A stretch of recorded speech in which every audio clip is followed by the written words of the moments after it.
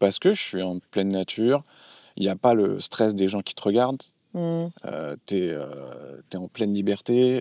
Si tu fais une hypo, de toute façon, t'es tranquille. Il n'y a personne pour te regarder, pour te dire quoi que ce soit. C'est vrai. Tu fais ton hypo, tu te restuques, tu regardes la nature. T'es limite reconnaissant d'être là, quoi. Tu t'en fous de ton hypo. C'est vrai.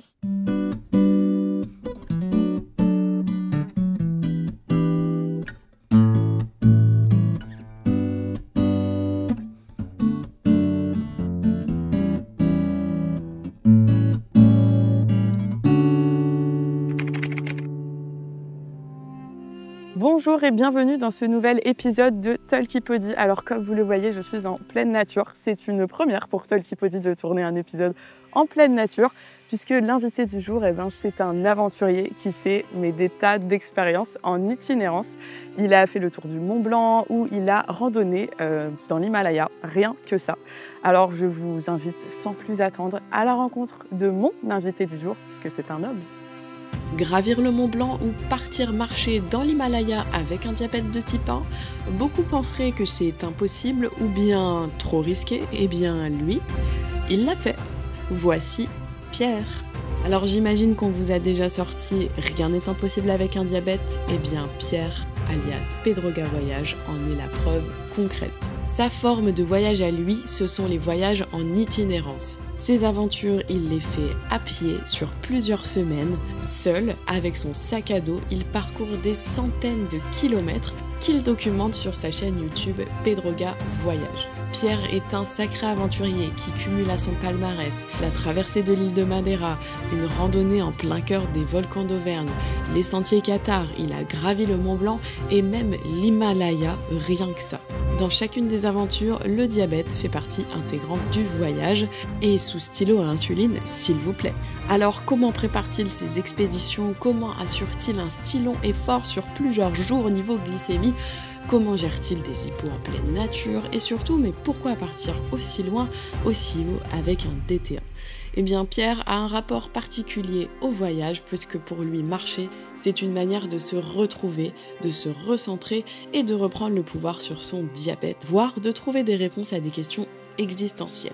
Et oui, le diabète a exacerbé son amour pour la nature qu'il avait déjà depuis tout petit, et notre type 1 a ouvert de nouvelles portes spirituelles à Pierre, l'aidant à se rencontrer pleinement et à transformer cette épreuve en de véritables aventures plus dingues les unes que les autres. Au-delà de ses voyages en itinérance, il a vécu 2 ans dans son van qu'il nomme Billy, qui l'a accompagné lui aussi dans pas mal de ses aventures.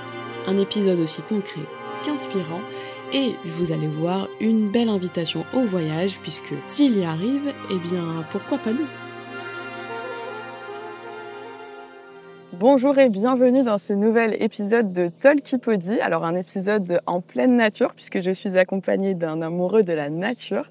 Salut Pierre. Salut Coralie. Ça va? Ça va très bien et toi? On est un peu à la maison là, tu disais. C'est ça, un petit coin de prédilection où j'ai tendance à partager avec des amis aussi. Ok. Et voilà, à la maison, quoi, on est bien. Ok. J'allais te demander justement, est-ce que tu peux nous en dire plus pourquoi ce lieu et où on est là? Ce lieu, parce que moi, j'habite pas très loin d'ici. Ok. Là, on est pas très loin de la forêt d'Ermenonville. Ok. C'est une forêt qui est entre la Seine-et-Marne et l'Oise. Ok. Et donc, on est en région parisienne. Ok. Et moi, je travaille dans le coin. Ok. Et c'est un petit peu l'endroit où je vais me ressourcer de temps en temps. C'est vrai que c'est très bucolique, tu vois. C'est très. T'as un écrin de nature on dirait pas qu'on est en région parisienne, tu vois. C'est trop bien.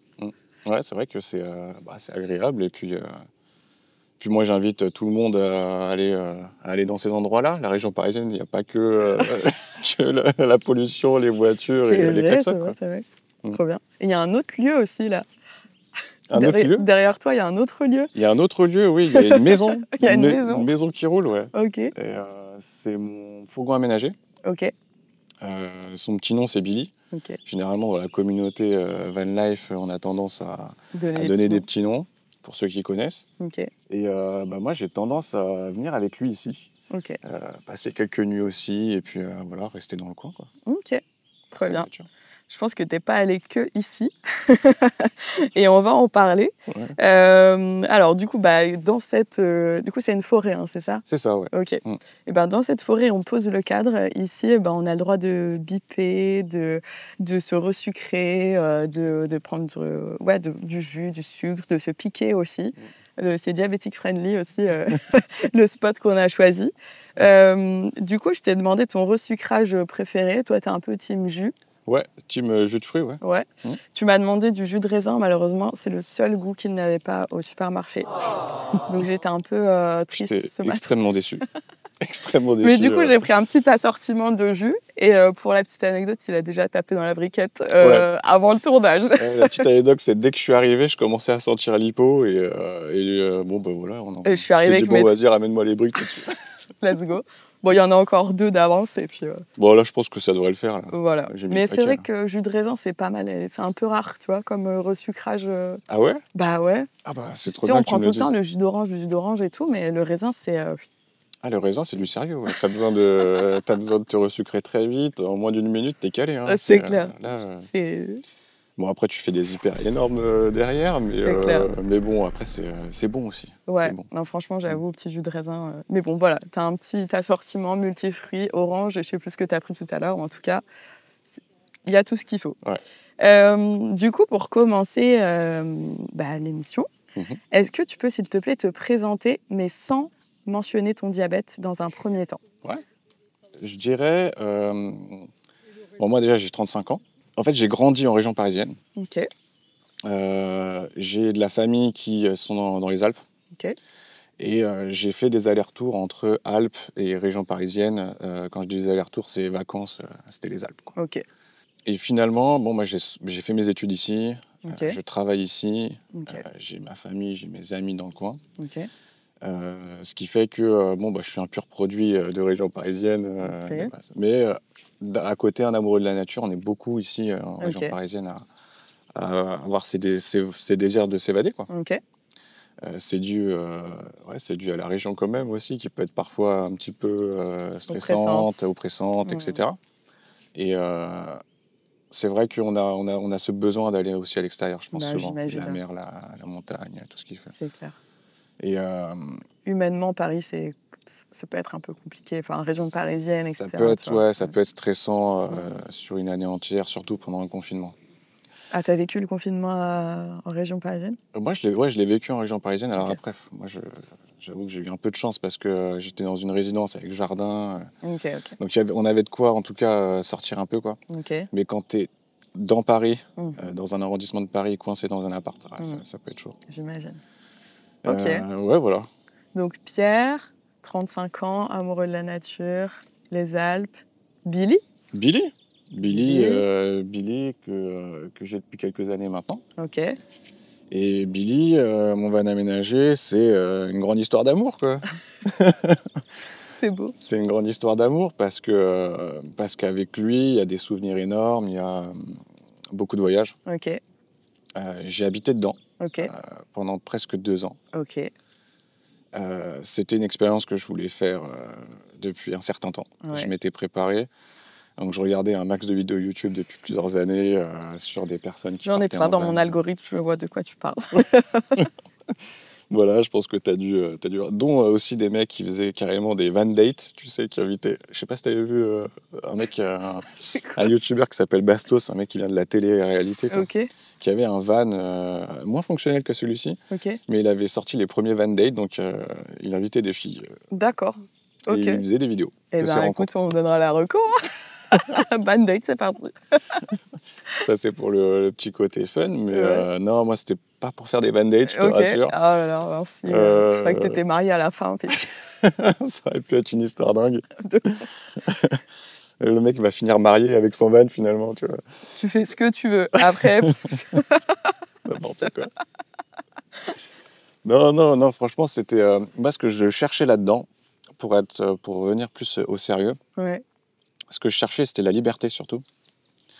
Cette liberté de partir, de se lever, de partir le soir. Tu sors de la région parisienne, tu te réveilles, le lendemain matin, tu as la mer. Tu n'as demandé à personne, tu n'as réservé rien du tout. Tu as été faire tes courses et puis tu y vas, quoi. C'est clair. Et Ok. ouais, ça c'était vraiment le truc que je recherchais. Parce que métier d'origine et tout ça t'imposait une certaine rigidité, rythme et tout ça, et que tu voulais t'en affranchir? Ouais, je dirais que c'est un tout, ouais. Ok. Ok. C'est un tout, c'est une philosophie de vie. Ok.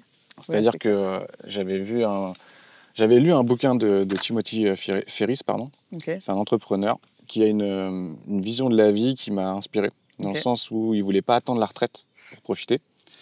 Et il a mis en place des choses dans sa vie professionnelle, dans sa vie personnelle, pour pouvoir partir avant la retraite, c'est-à-dire s'arrêter quelques années avant la retraite. Ok. Et donc moi, j'étais très inspiré à l'âge de 19 ans de ce mec-là. Ok. Et donc dès que j'ai eu le début de vingtaine, j'ai commencé à mettre des échelons dans ma vie et me dire, tiens, à la trentaine, je vais faire une retraite. Ok. Et là, je sors d'une retraite de 2 ans à peu près. Ok. Retraite, ça veut dire que pendant 2 ans, c'est voyage.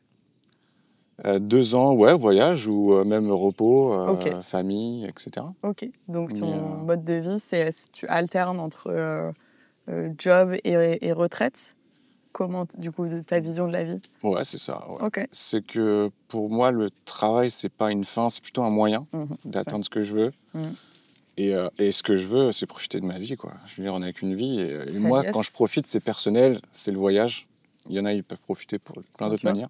Mais c'est vrai que moi, personnellement, c'est à travers le voyage, la liberté, la nature, les rencontres aussi. Ok. Trop bien. Belle présentation, hein, franchement. Pour que les personnes qui nous regardent et nous écoutent appréhendent un peu plus ton profil diabète cette fois, puisque dans tout ce beau panel, tu es aussi diabétique de type 1. On va faire un petit jeu Ah ouais. qui s'appelle les questions flash. Du coup, les questions flash. Il y a une petite Flash. anime qui arrive et tout. Donc tu vas avoir 2 choix et tu vas répondre du tac au tac, A ou B, ou le premier truc qui te vient en tête. Ok. T'es prêt? Ouais. Ok. Freestyle ou Dexcom? Freestyle.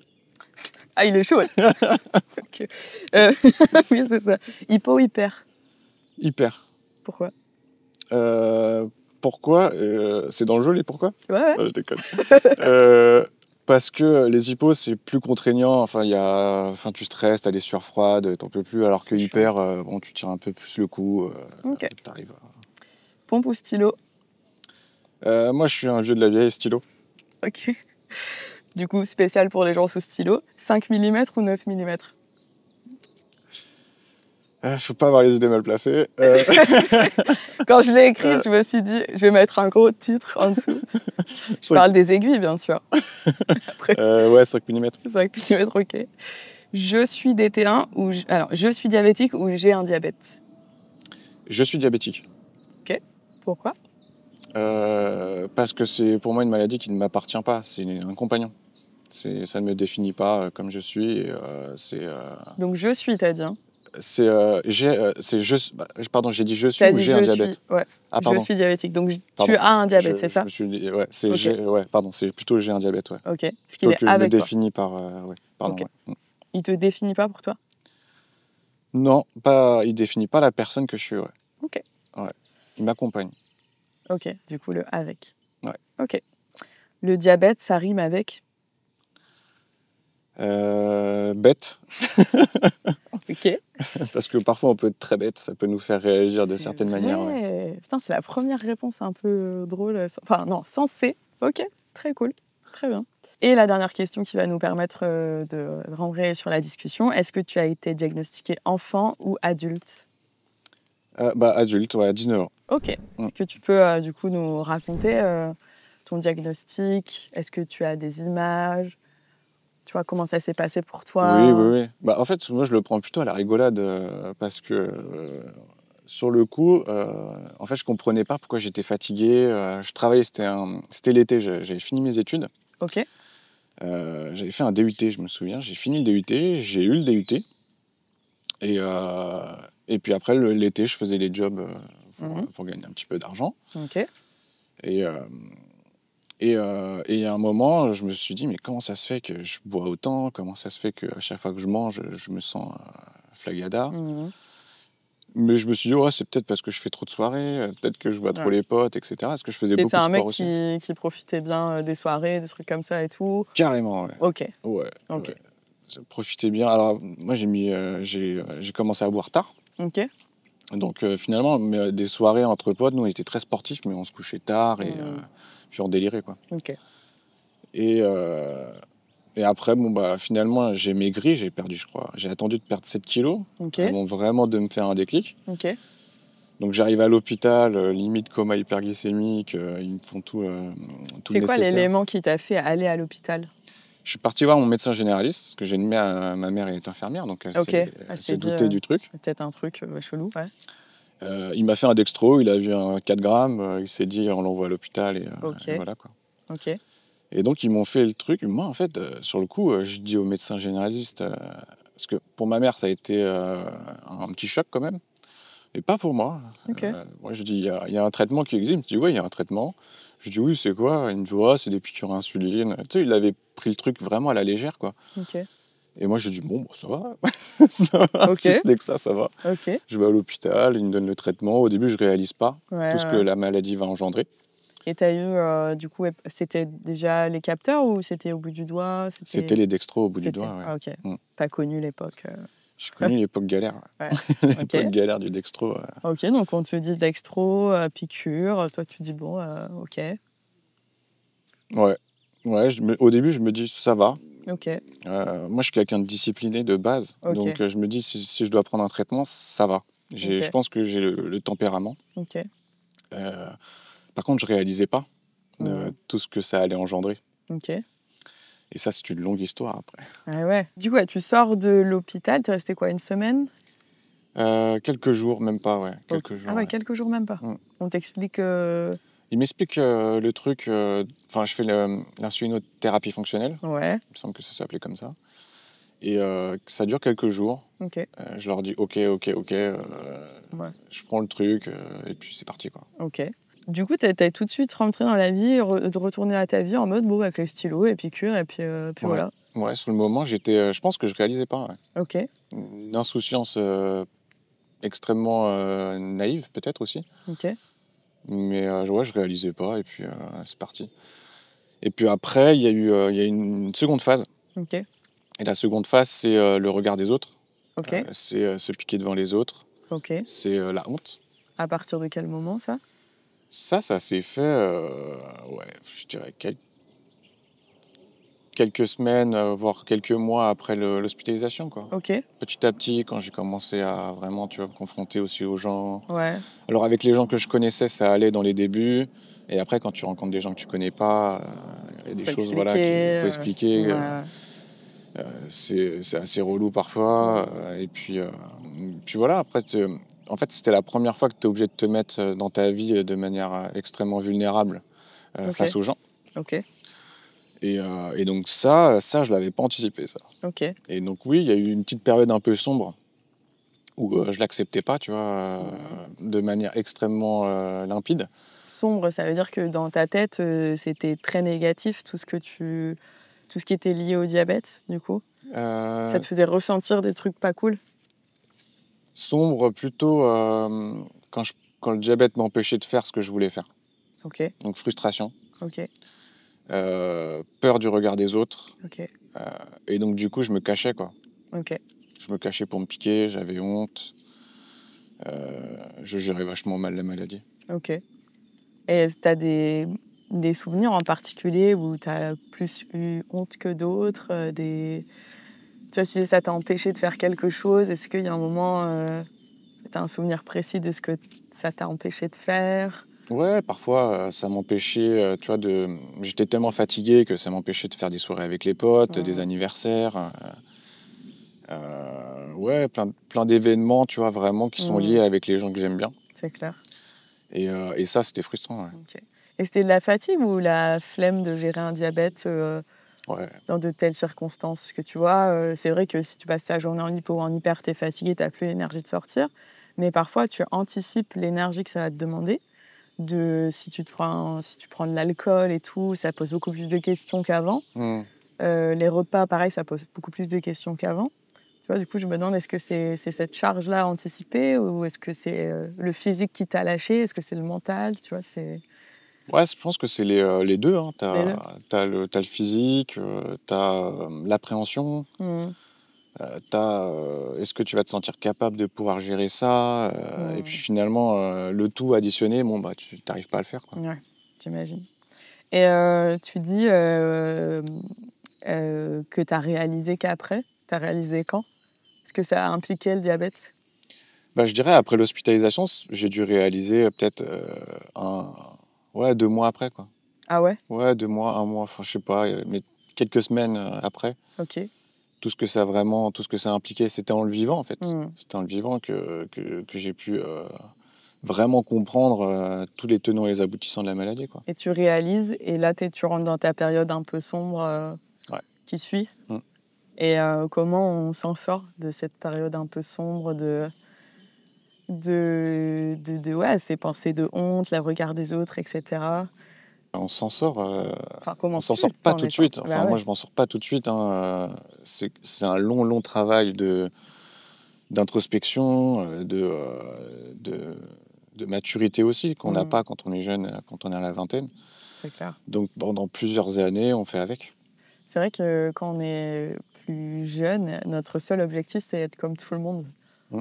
Et en fait, du coup, nous, on est toujours en train de compenser, faire des efforts de fou pour faire ce qui est socialement attendu de nous. Mmh. Sauf que parfois, on a les batteries à plat et ça demande trop d'efforts. Et le ratio plaisir-effort, il n'est pas là. Ben, c'est OK de pas du tout s'engager dans une sortie ou un truc si tu ressens pas la force mentale de le faire. Mmh. Parce que quand on ne connaît pas ce gros truc qui nous tombe sur la figure, il peut avoir des peurs ou des tristesses qui prennent le dessus. Et donc, tu peux te couper de tout ça, quoi. Mmh. Et donc, tu réalises au petit à petit, et peut-être encore maintenant. Mais tu as toujours eu, tu disais, tu parlais des Alpes, cette volonté un peu de partir toujours en nature. Est-ce que, j'ai l'impression que tu essayes de t'enfuir en nature presque. Est-ce que ce désir de s'enfuir, il a été exacerbé par le diabète? Ouais, je pense, ouais. Ok. Ouais, je pense qu'avec la maladie, on a besoin de tranquillité. C'est Et vrai. on a besoin de ces moments-là parce que parfois, en fait, c'est les autres qui nous entourent, ceux qu'on aime, ceux qu'on aime parfois moins aussi. Ces personnes-là, parfois, ils peuvent nous oppresser. C'est vrai. Dans des moments où ils peuvent pas savoir, en fait, même que nous, on est dans un moment de fatigue, on est dans un moment où on est en train de réfléchir par rapport à notre diabète, sur une situation ou quoi que ce soit, comment on va le gérer. Ils peuvent pas le savoir. Mais on a besoin de prendre du recul, on a besoin de moments à nous. Ok. Je dirais que la nature, le fait de partir comme ça et de m'isoler, Ok. en fait, c'est le moment où je me ressource complètement pour pouvoir être, en tout cas, une meilleure version de moi-même face à tous ces gens-là. Et tu dirais que le diabète, il a encore plus bouffé tes batteries? Ouais. Du coup? Ouais. Je suis complètement d'accord. Tu sais, je trouve que ça se démocratise encore plus, le fait de parler de batterie sociale, des gens qui osent plus dire. Encore ce matin, je regardais une vidéo YouTube, une nana qui dit « Mais moi, je kiffe être un peu chez moi, passer une soirée chez moi, tranquille, toute seule. » Et je trouve que c'est pas trop des discours qu'on entendait. En fait, quand j'étais jeune, genre quand j'avais 20 ans, si tu sortais pas un samedi soir, t'étais la pire des merdes, tu vois. Et je trouve que ça se généralise et ça se banalise, et tant mieux.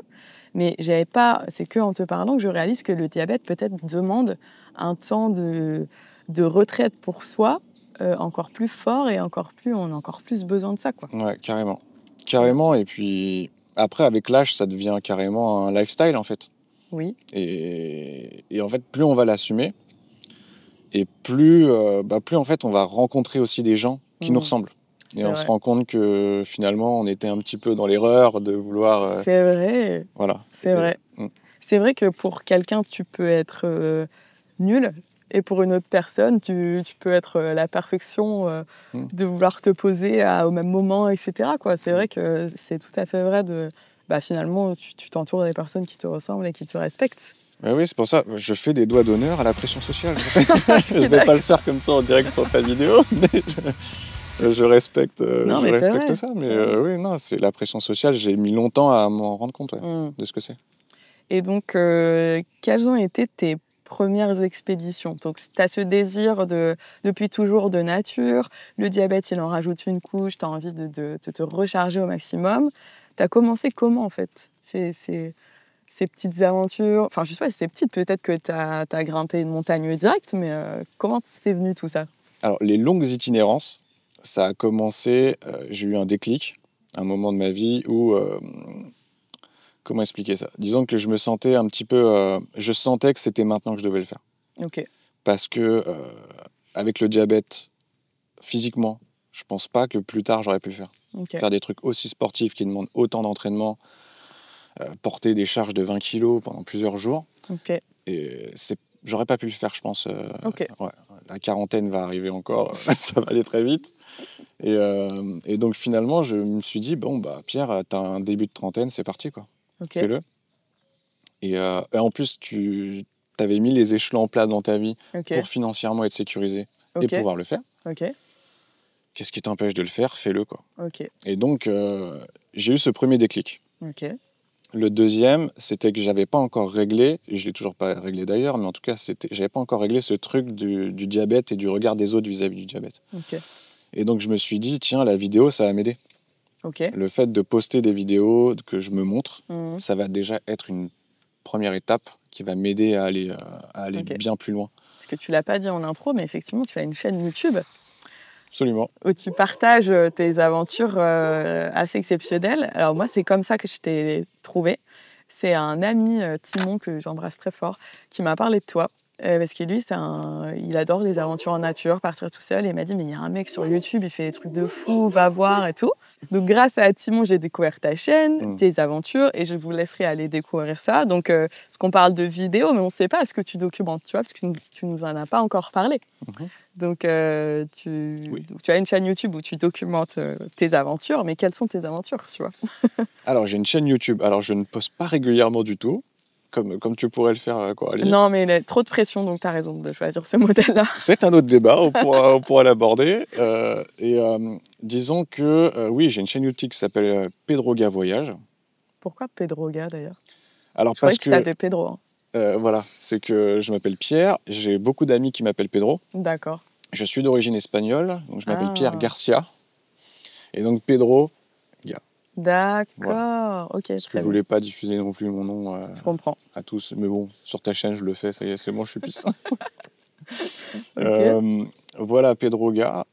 L'initiation de la chaîne, c'était en fait transmettre aux gens que peu importe que tu aies une maladie, que tu sois en bonne santé, que tu sois entre les deux, peu importe que, en fait, le dépassement de soi, ça te permet, en tout cas, de trouver des réponses intérieures qui sont énormes, quoi. Ok. Et chacun a ses réponses intérieures. Ok. Mais en fait, de le faire, ça te met vraiment dans des conditions qui peuvent te changer ta vie dans le bon sens. Ok. Et donc, dès que t'es parti caméra à la main. Ouais, je suis parti caméra à la main. Au départ, j'avais fait des premières vidéos un peu à l'arrache. Ok. Donc vraiment, j'avais pris les plans face cam YouTube classiques. J'avais un petit trépied et puis je faisais les allers-retours quand je marchais, etc., etc. Ok. Puis après, j'ai commencé à prendre goût à la vidéo et j'ai fait une formation avec un cadreur. Ok. Et donc, je m'étais acheté un Sony A7 III, je commençais. Puis après, je me suis rendu compte que les caméras, faut que tu changes l'objectif. Et quand tu es en pleine aventure et que tu es seul, t'as pas le temps. C'est lourd en plus. Et donc, c'est là que le cadreur qui m'a formé m'a dit, tu vas voir, si tu fais pas des plans de nuit et tu fais que des plans de jour, prends le iPhone. Okay. Et puis, si tu as besoin, tu dégaines, en fait. C'est ça qui est hyper pratique. Et après, au montage, tu t'arranges pour... oui, il y a la magie un peu de colorimétrie, il y a un peu la magie du montage. Et tu t'arranges. Et puis là, je me suis dit, mais tu penses que je peux faire des films? Et il m'a dit, ouais. Okay. Et donc, j'ai commencé à emprunter les codes des films, etc. etc. Okay. Et voilà, j'ai fait vraiment purement par passion. Okay. Au départ, je voulais gagner de l'argent. Tu t'es posé la question de vivre de ça? Ouais, je me suis dit pourquoi pas, ça me plaisait tellement que je me suis dit mais pourquoi pas? Voyage, tout ça. Okay. Et puis non, après moi je respecte vachement ceux qui arrivent à en vivre et ceux qui produisent. Mais en fait, ce que demande l'algorithme en termes de production n'est carrément pas en phase avec mon processus créatif. Ouais.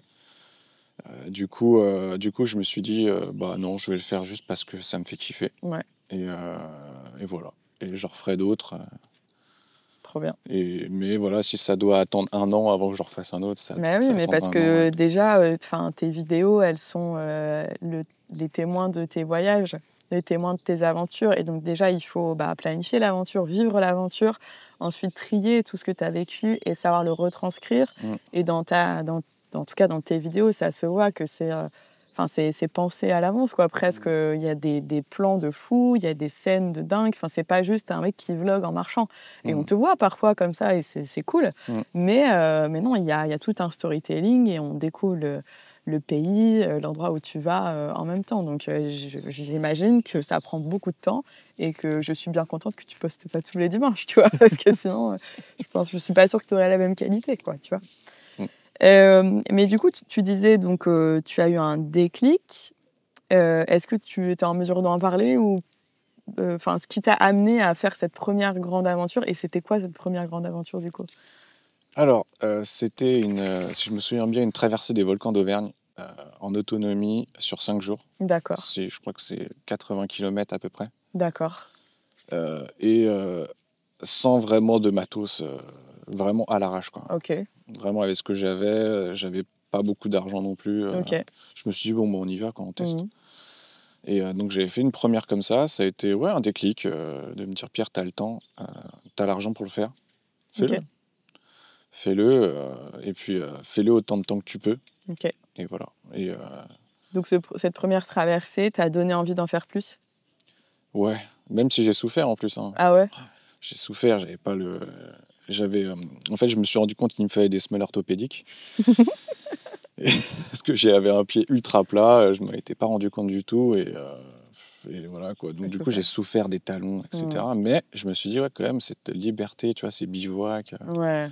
Parce que du coup, c'est vrai que je t'ai pas posé la question, mais c'est quoi tes modes de voyage du coup? Enfin, peut-être au départ, ton mode de voyage, c'est sac à dos, bivouac, c'est tout? Alors, c'est quand même. C'est une bonne question.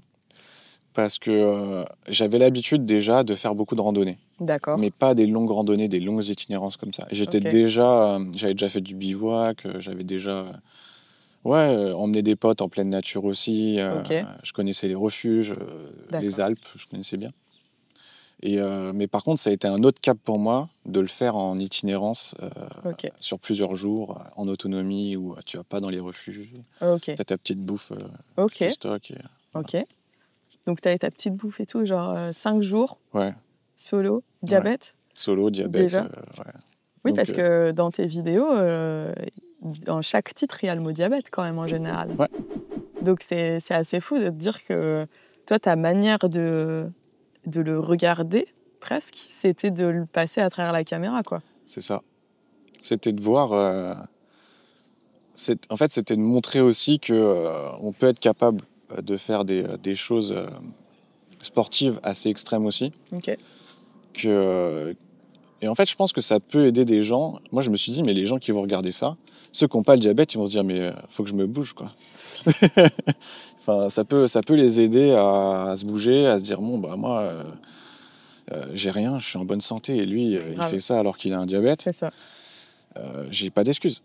Moi, en tant que diabétique, je me suis dit, mais attends, parce que rappelons que cet homme est sous stylo, donc il fait toutes ses aventures à stylo. Mais moi, je trouve ça fou. Moi, ça me poserait 40 milliards de questions. Mais toi, sac à dos, bivouac, les stylos, ça te va? Ouais, ça me voit. Pour que les gens sachent aussi, c'est-à-dire que je me sens beaucoup mieux dans une itinérance avec le diabète que quand je suis au boulot, quoi. Ok. Ah ouais. Pourquoi je me sens parce que je suis en pleine nature. Il n'y a pas le stress des gens qui te regardent. T'es en pleine liberté. Si tu fais une hypo, de toute façon, t'es tranquille. Il n'y a personne pour te regarder, pour te dire quoi que ce soit. C'est vrai. Tu fais ton hypo, tu te resuques, tu regardes la nature. T'es limite reconnaissant d'être là, quoi. Tu t'en fous de ton hypo. C'est vrai. Il y a moins de stress, du coup. Carrément moins de stress. Et puis voilà, en fait, tu peux vraiment être toi-même, quoi. Ok. Et alors, peut-être qu'on va revenir sur ta première aventure qui en débloque d'autres. À quel moment tu t'es dit, je vais gravir le Mont Blanc et faire l'Himalaya? Parce que moi, j'arrive sur ta chaîne, je vois le mec diabétique de type 1 sous stylo, il Himalaya, Mont Blanc, je suis waouh. Ok. Genre, tu vois, est-ce que c'est par étapes? Est-ce que c'était toujours le défi du dessus? Ou est-ce que... Après, je dirais que ça s'enchaîne, quoi. Ouais. Ça s'enchaîne parce que tu as le temps. En fait, tu as le timing de te dire, bon, bah, j'ai 2 ans où je travaille pas. Ok. Je vais faire le max de trucs. Donc ça, c'était Mont Blanc Himalaya, c'était dans tes 2 dernières années, là. Et la première expédition dont tu nous parlais, c'était début de trentaine, c'est ça? Ouais, ça s'est fait peut-être même l'année d'avant. Hein. Tout s'est fait en 3 ans. Ah ouais? Ouais. Ok. De manière extrêmement... Ah ouais, ça s'est fait fond de balle. Ok. Mais tu avais déjà cette appétence naturelle, quoi, où tu allais quand même avec tes potes en rando, machin. Mais il y a un moment, tu t'es dit, ok, maintenant, c'est là. Ouais, et puis ce désir d'y aller seul. Ok. D'y aller seul parce que jusqu'à présent, bon, bah voilà, t'es avec tes potes. Quand tu le fais avec tes potes, il faut que tu organises tout. Et bon, bah, il y a l'organisation, il y a lui qui peut, il y a l'autre qui peut pas. Finalement, il y a qui mange ça, l'autre qui mange pas. Voilà. Et bon, bah, finalement, on peut pas aller jusque-là parce que l'autre, il est fatigué, donc finalement, on reste. Je dis pas que j'ai pas pris plaisir. J'ai pris vachement plaisir de faire des randonnées avec mes potes. C'est différent, je pense. Mais le fait de vraiment d'aller vers quelque chose qui, moi, me ressemble, je peux pas, en fait, j'ai compris que je pouvais pas le partager avec tout le monde. D'accord. Et que je pouvais le partager parfois qu'avec moi-même. Ok. Et c'est les premières fois que je suis parti comme ça. Oui, bah, spoiler alerte, hein, on est en pleine nature, donc il y a des chiens, des passants parfois, des bruits de nature, quoi. Et comme on est en nature, il fait un petit peu froid, donc Oui. On a la petite polaire. Voilà. Ça va mieux. Oui, il commence à avoir un petit vent là qui se levait, et puis ça se couvre un peu, il y a moins de soleil, donc... Voilà. J'espère que ça va quand même. Ça va très bien, oui. Ça va pouvoir le faire. Du coup, on parlait du fait que tu avais besoin de partir seul et que c'était bien différent d'être avec tes potes. Moi, je me demande quand même, partir seul, est-ce qu'il y a des craintes qui te sont venues par rapport au diabète ou pas du tout? Comment tu as appréhendé le diabète? Parce que quand même, l'idée de partir seul en nature, il y a un côté, donc tu dis j'évite le regard des autres, je me recharge, je m'apaise. Mais moi, ma première pensée, c'est il m'arrive un truc, je suis toute seule. Ouais, il y a des craintes, je peux pas dire le contraire. Ouais. Je veux pas faire le gros dur là-dessus. Okay. Ouais, il y a forcément des peurs qui sont énormes d'ailleurs dans les débuts. Ok. Parce que moi, ma plus grande crainte, c'était de pas avoir assez de sucre dans le cas où je fais une hypo. Ok. Ce qui est, je pense, la crainte la plus partagée par tous les diabétiques de France et de Navarre. Ouais, c'était ça. Surtout quand tu pars en autonomie, où tu as un stock limité de sucre. Okay. Et que tu connais pas vraiment comment tu vas réagir, comment tu vas consommer tes sucres avec l'effort. Ok. Donc, et en plus, moi, je cumulais avec ça un tempérament de perfectionniste par rapport à mes glycémies, à mes courbes. Okay. Donc, moi, je fais beaucoup de rattrapage sur mes courbes et donc des risques d'hypo. Ok. Et donc, comment j'allais jongler entre mes stocks et mes rattrapages. Ok. Et bon, bah, ouais, la peur était là, ouais. Et comment tu te prépares, du coup, mentalement à ces aventures-là? Si tu veux prendre un exemple en particulier, mais parce que je me dis peut-être que c'est au départ où tu as un peu plus peur et après tu te dis, bon, bah, si j'ai fait ça, je peux peut-être faire ça. Mais mentalement, comment on se prépare à vivre 1 semaine, 2 semaines? Alors, déjà, j'encourage pas les diabétiques de type 1 de faire... Si vous me regardez, les diabétiques de type 1, je ne vous encourage pas à faire ce que j'ai fait. Oh, d'accord. Je ne veux pas être responsable d'accidents. Parce que, non, vraiment, blague à part, je dirais que comment tu fais, et c'est pas un exemple, hein, mais c'est-à-dire que tu sors de ta tête complet. Okay. Tu n'y penses plus du tout. Tu te dis j'y vais, et je fais comme si je n'étais pas diabétique. Ok. Et voilà, donc tu te mets des placebos mentales, entre guillemets, pour faire le premier pas. Okay. Et puis après, une fois que tu es dans le dur, après c'est du plaisir, quoi. En fait, tu te rends compte que c'est du plaisir. Ok. Et donc, il y a un moment où il faut presque sauter au-dessus de ses pensées. Ouais. Parce que franchement, je me mets à marcher, au bout d'une heure, même pas, je me dirais, purée, je suis à combien, tu vois? Est-ce que quand tu... Enfin, ça doit être dur de passer au-dessus de ces pensées-là. Ouais, c'est dur. C'est dur de le faire, je dis pas le contraire. Je dis pas le contraire. Plusieurs fois, je me suis fait des séries d'hypo, 3 à 4 d'affilée, tu vois, pendant le C'est vrai. truc, où tu t'arrêtes. Puis en plus, t'avais prévu 8 heures dans la journée pour arriver à un spot pour aller dormir. Et puis tu te dis, mais si tu dois t'arrêter avec autant d'hypo, tu n'y arriveras jamais. Donc tu vas dormir ici, dans la forêt. Ouais. Tu sais même pas où est-ce que tu vas dormir. Donc ouais, il y a le stress, tu vois. Donc les premiers jours, ils sont jamais bons. Ok, Moi, je sais que le premier jour, je fais des hypos tout le temps parce que faut le temps. faut gérer l'effort. Je faisais l'erreur de pas me mettre en hyper parce que je suis perfectionniste. Enfin voilà, je faisais plein d'erreurs. Ok, Et puis moi, je suis sous l'antus aussi, donc il y a la lampe du soir d'avant et oui, qui agit la première journée où tu démarres, donc Ok. tu sais que tu vas faire des hypos. Et bon, bah, c'est jamais un plaisir le premier jour. ok, Et après, tu te dis, mais c'est pas grave parce qu'il y a 6 autres jours qui vont être top, quoi. c'est vrai, c'est beau. Belle Et, philosophie. Voilà. Et est-ce qu'en général, tu pars combien de temps? Dans les itinérances, c'était généralement, ouais, une semaine, 7 jours, ça pouvait monter à 12. Ok, Ouais. ok. Voilà, entre 7 et 12 jours. Donc les premiers jours un peu galère, et après? Et après, C'est ton quoi tes corps, stratégies, en fait, le corps, il est extrêmement bien fait. C'est une belle machine. Ok, Il s'adapte. ok, Il s'adapte. Toi aussi, ton cerveau s'adapte à tes doses. ok.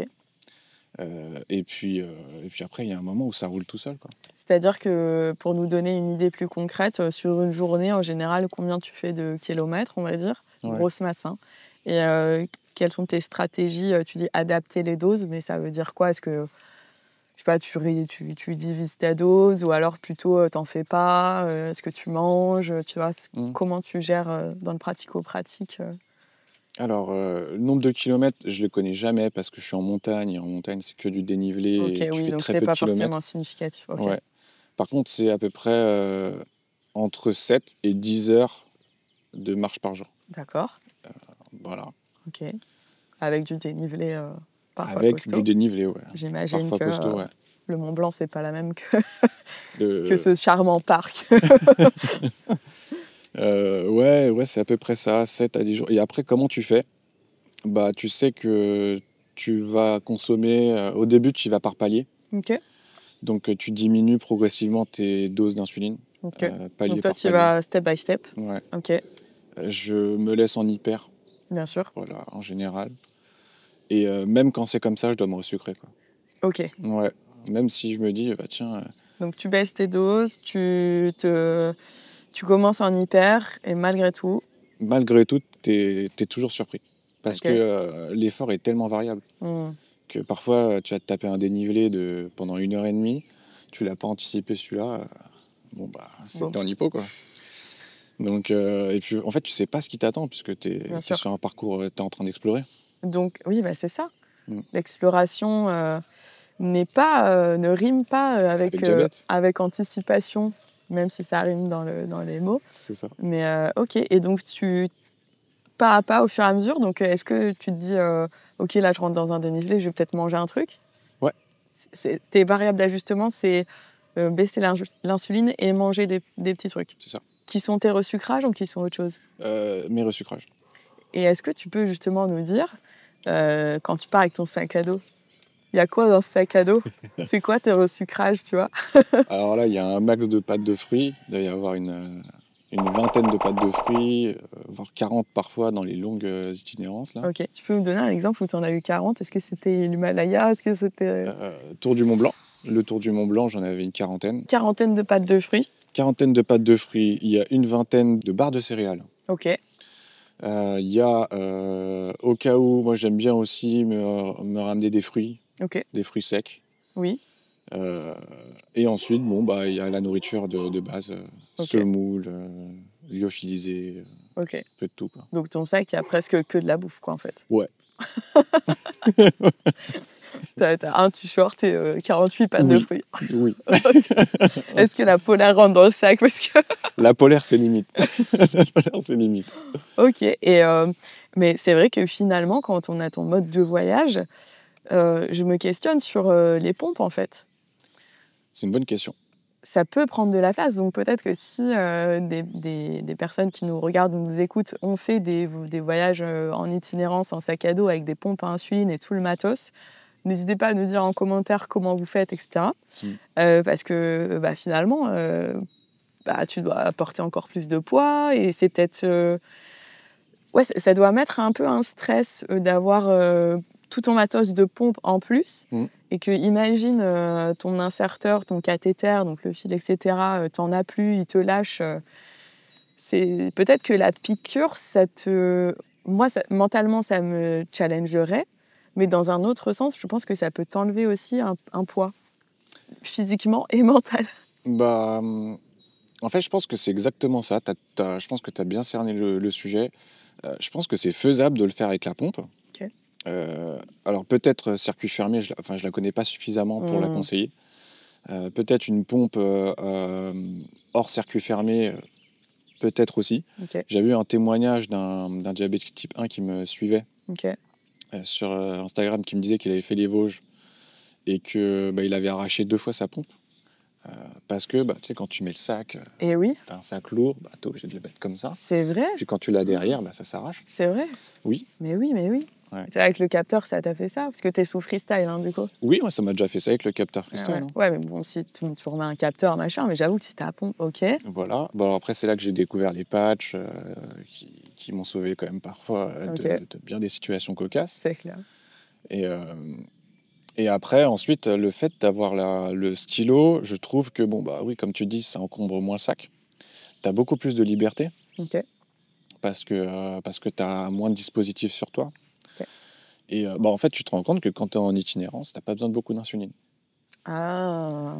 Et que finalement, tu n'as pas besoin d'avoir autant... Enfin, t'es plus... Cette charge mentale que tu avais en te mettant des piqûres, tu t'en mets tellement moins que tu ne l'as plus. Parce que tu compenses tellement toute la journée à marcher, etc., que finalement, tes besoins d'insuline...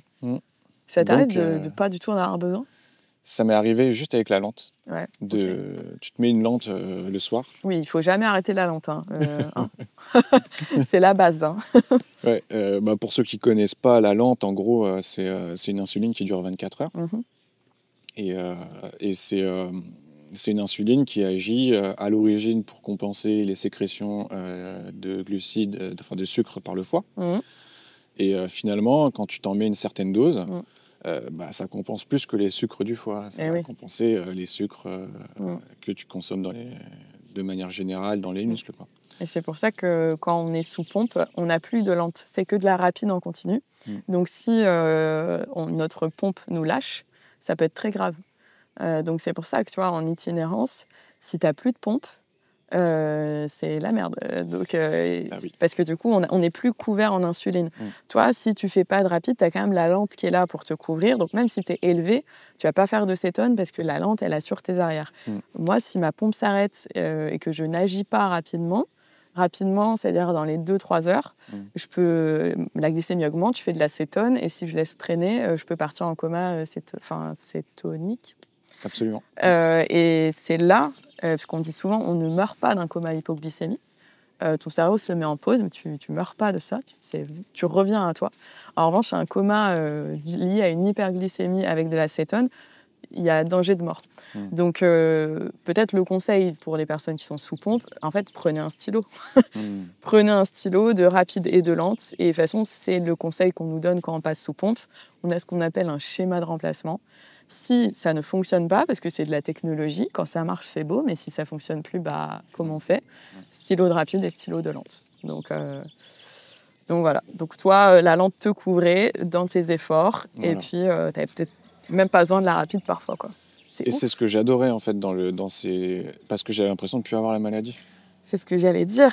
Ouais. Tu veux te convaincre que tu n'as plus besoin d'insuline, peut-être? C'est même pas me convaincre, c'est surtout profiter de moments sans charge mentale.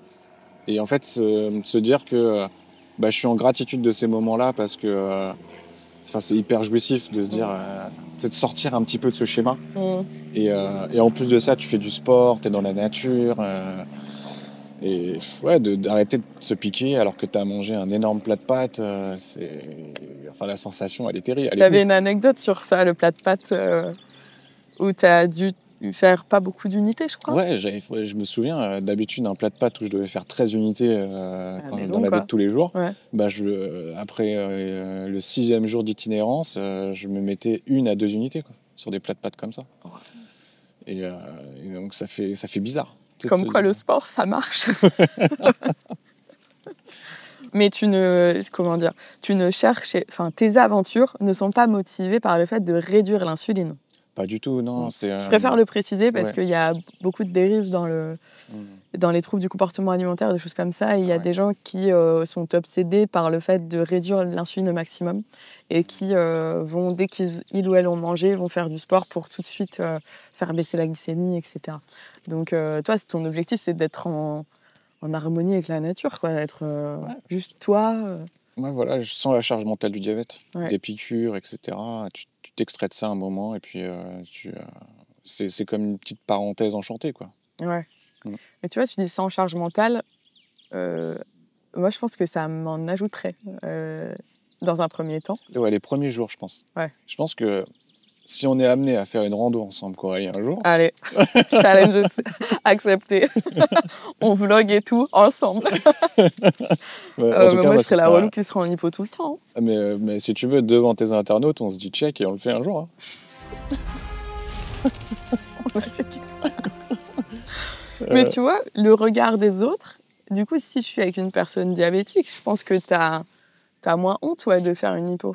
T'as moins honte de dire, là, il faut que je m'arrête. Ou alors, si un autre diabétique te dit, mais vas-y, allez, ça va, t'es à 70, tu peux encore pousser. Enfin, si t'es avec quelqu'un qui sait quoi faire au cas où la grande peur de tomber arrive, ça va mieux, tu vois. Je pense. Exactement. Bah ouais, bien Je sûr. pense. Ouais, t'es rassuré, t'as ce truc où tu te sens un peu plus...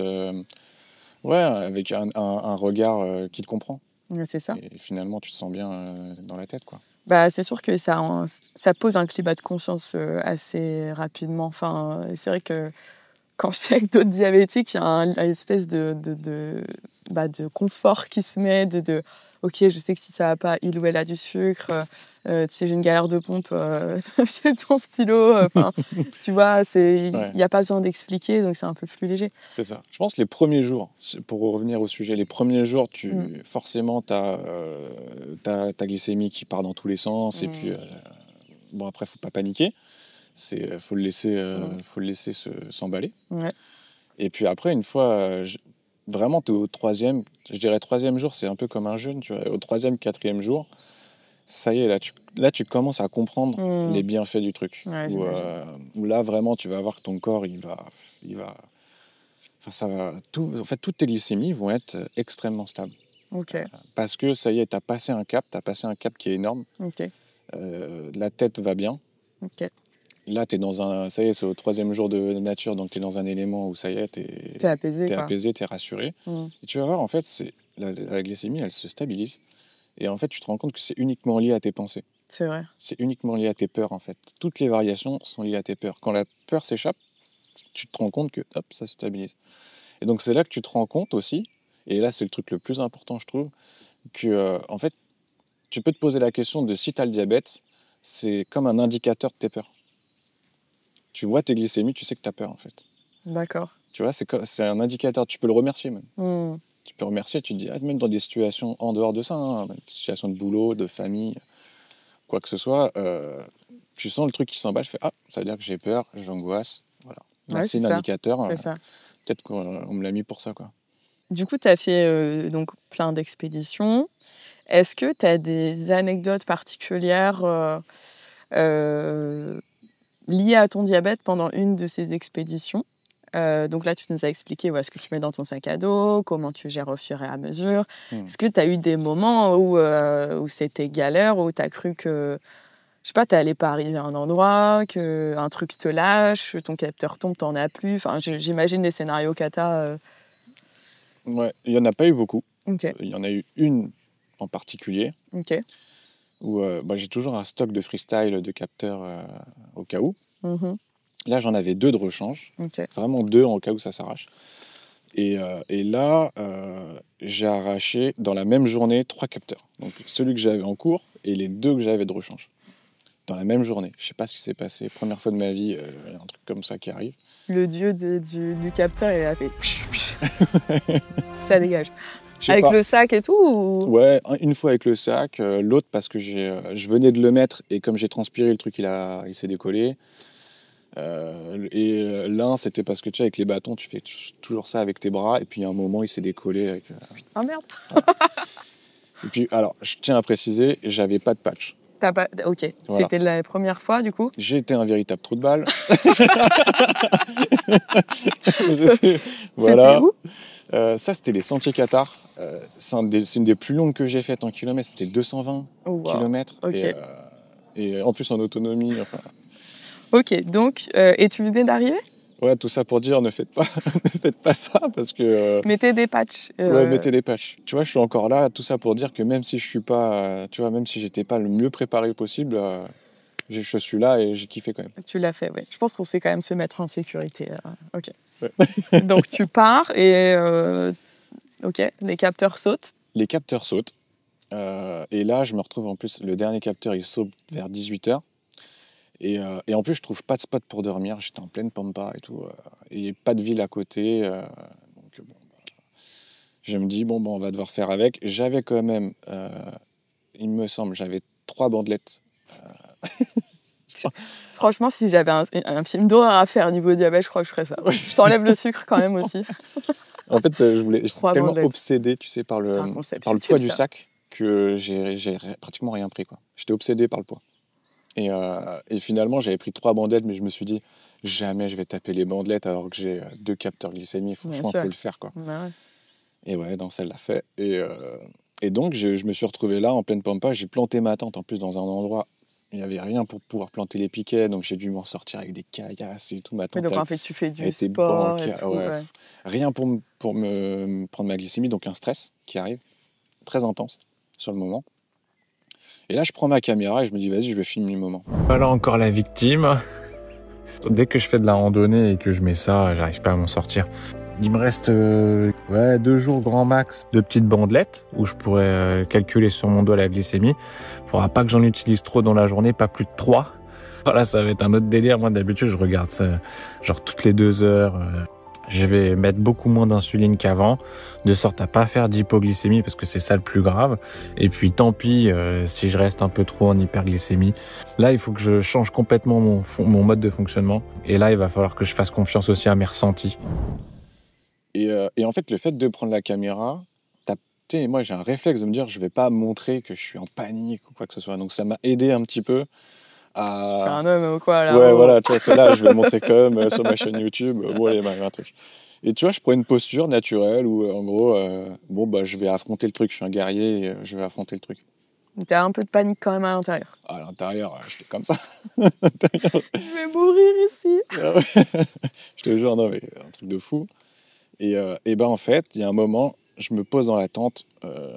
J'avais peur de manger, de me dire, vas-y, j'ai rien pour checker. Oui, il me parce reste 3 que bandelettes. avec ton perfectionnisme de la courbe, je me dis, mon premier réflexe ça aurait été de manger tout ce que j'ai. Je me dis, au moins, je suis en hyper. Mais toi, Non, je reste comme ça et je me dis, il m'en reste 3. Le lendemain, il fallait que je fasse 8-9 heures de marche pour atteindre une pharmacie. je serais mouru avant. Et là, 8 heures de marche avec... Je te jure, et là, en fait, quand t'es tout seul, mais vraiment, t'es en mode survie, quoi. T'es tout seul en pleine nature, tu te poses et tout, et tu te dis... Je me suis dit, mais en fait, pourquoi je suis dans une situation comme ça? Et je me suis dit, c'est moi qui me suis mis là, donc c'est moi qui l'ai voulu indirectement. Tu vois. Donc je me suis dit, mais pourquoi j'ai voulu aller jusque-là? C'est peut-être parce que je dois l'expérimenter, quoi. Ok. Et donc le stress est un peu parti, j'ai réussi à faire chasser les peurs, et je me suis dit, il faut que je trouve l'opportunité là-dedans, quoi. T'arrives à philosopher dans un moment pareil. Après, est-ce que t'as le choix finalement? T'as pas le choix. T'as pas le choix, sinon tu pars en panique. Et puis, donc, allez, je mange un coup, je me fais mon petite popote et tout, je mange. Je mets 2 unités d'insuline, pas plus. Ok. Et là, je me pose et je me dis, peut-être que c'est pour ça que je suis arrivé là-dedans, c'est qu'il était temps que j'écoute mon corps. Que si je suis en hypo, je le sentirai. Mon corps, je lui fais confiance, il va m'envoyer l'alerte. Et c'est pas une machine, ça va être mon corps.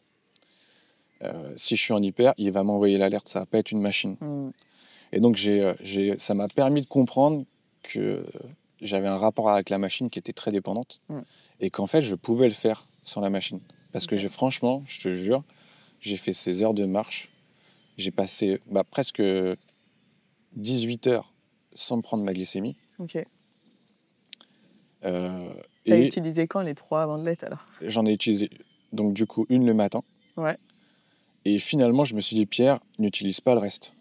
Fais-le parce que tu vois, petit à petit, j'ai pris confiance avec mon corps. Laissez-moi une cartouche, une bandelette au cas où. Et il fallait que je les garde parce que si jamais la pharmacie était fermée, voilà, il fallait que j'attende encore une nuit encore entière. Donc je les ai gardés. Okay. Donc j'en ai utilisé qu'une le matin. Et j'ai fait ça toute la journée. Purée. Je suis arrivé à la pharmacie, j'ai pris un capteur, et j'étais à 118. Et genre, je me suis dit, mais en fait, on peut le faire. Alors, je le conseille pas à tout le monde, mais en fait, ton corps, il t'envoie les messages. Et quand tu es ouvert à lui, quand tu n'as pas le choix, généralement, tu es ouvert à lui, en fait, tu te rends compte qu'il y a autre chose que le capteur. C'est vrai que souvent, le chiffre va nous dicter nos ressentis. C'est-à-dire que tu es en train de faire un truc et tout, d'un coup ça sonne, tu vois un chiffre, tu dis « Ah ouais, putain, c'est vrai que je suis pas bien et tout », ou inversement. On en parlait à l'épisode précédent avec Anaïs, c'est que ça peut dicter même ta faim, le chiffre. Et en parlant avec elle, je me suis aussi rendu compte que peut-être que la satiété et juste mon envie de manger, je ne l'écoutais pas, parce que si tu es à 3 grammes et que tu as faim, tu vas te dire « non, je ne vais pas manger tout de suite », etc. Donc c'est vrai que ce chiffre, il dicte beaucoup trop de choses. Mais c'est vrai que naturellement, je ne vais pas me dire « je ne me mets pas de capteur ». Ça me fait trop peur. Je me souviens d'une nuit où pharmacie fermée, j'ai passé une nuit sans capteur en panique. T'as pas dormi? Et j'avais des bandelettes. Mais je me piquais. Mais le truc, c'est que mentalement, avant de porter un capteur, j'étais déjà du style à me piquer très souvent. Mais moi, j'ai fait une période où je m'en fous. Et d'un coup, grosse bombe sur la tête, je réalise ce que c'est. Et des peurs qui arrivent en bataille. Et c'est un chemin continu d'arrêter d'avoir peur de l'hypo, etc. Mais là, ça va beaucoup mieux parce que j'ai fait plein de trucs, hypnothérapie, kinésiologie, enfin tous ces trucs-là, j'aime pas mal. Et ça m'a aidé dans le rapport à ça. Mais du coup, réécouter son corps en tant que diabétique, c'est pas facile, quoi. Ouais, c'est pas facile, ouais. Mais de toute façon, les peurs sont toujours là. Hein. Moi, personnellement, regarde, je te parle d'une situation stressante de nature, mais tu vois, par exemple, tout à l'heure, on s'est vu avant le tournage. Je sentais qu'il y avait l'hypo. Il y a une peur qui arrive. Je peux pas dire le contraire, en fait. Et puis en plus, les gens le sentent autour de toi, tu le sais. Donc en fait, il faut juste l'accepter. Ouais, c'est ça. Il faut l'accepter. Quand je dis faut juste, c'est extrêmement difficile, mais en fait, pendant une période, c'est inconfortable.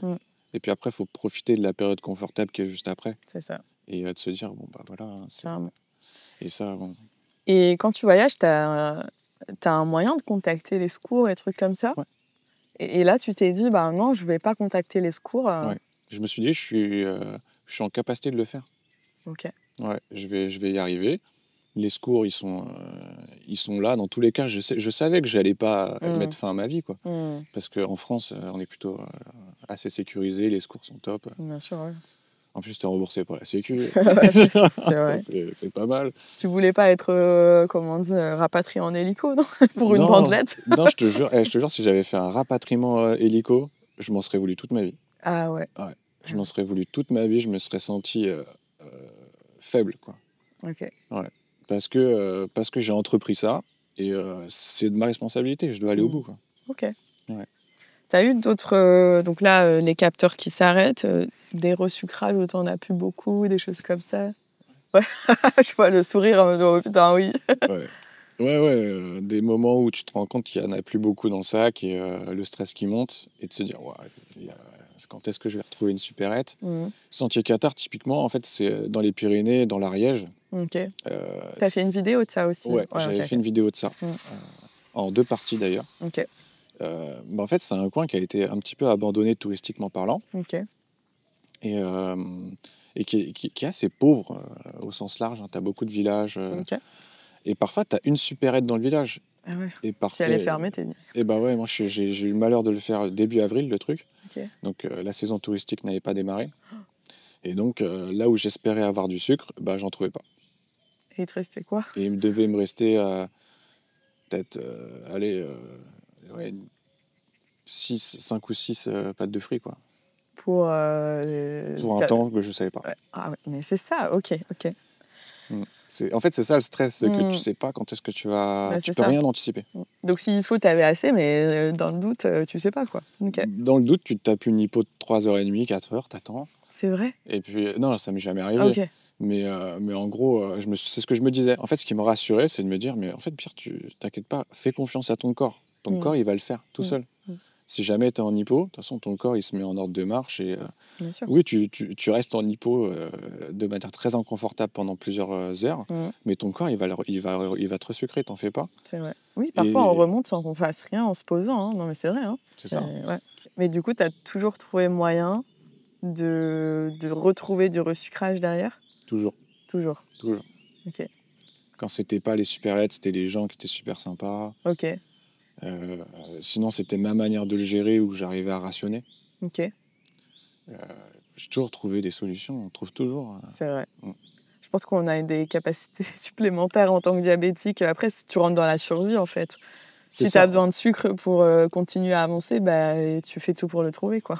En fait, vraiment, la philosophie qui est derrière, c'est on stresse pour garder le même niveau de confort. Parce que, en fait, on a dans notre corps des capacités qui sont insoupçonnées. Ouais.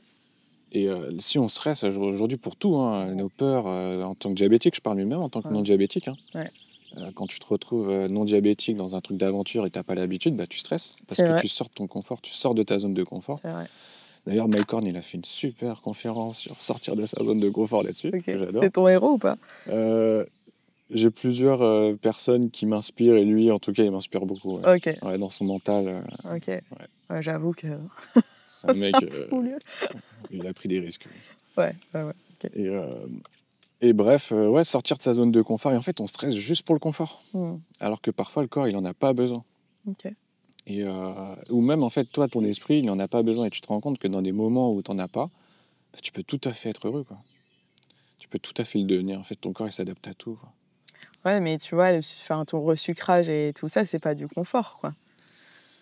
C'est vrai que c'est pas du confort. Alors, pour tout le monde. Parce que moi, je kiffe, perso. Ma petite pâte de fruits bien sucrée. Tu sais, en tant que diabétique, c'est une maladie qui te prive de douceur, entre guillemets. C'est vrai. On te prive de douceur. Hein. Ouais. Non, mais c'est vrai, tu avais dit ça quand on s'est appelé pour préparer l'interview et j'avais jamais vu ça comme ça. Parce que le sucre, pour les gens qui sont non diabétiques, c'est une petite douceur. Moi, je vois au taf, il y a la gamme Bonne Maman qui est partout.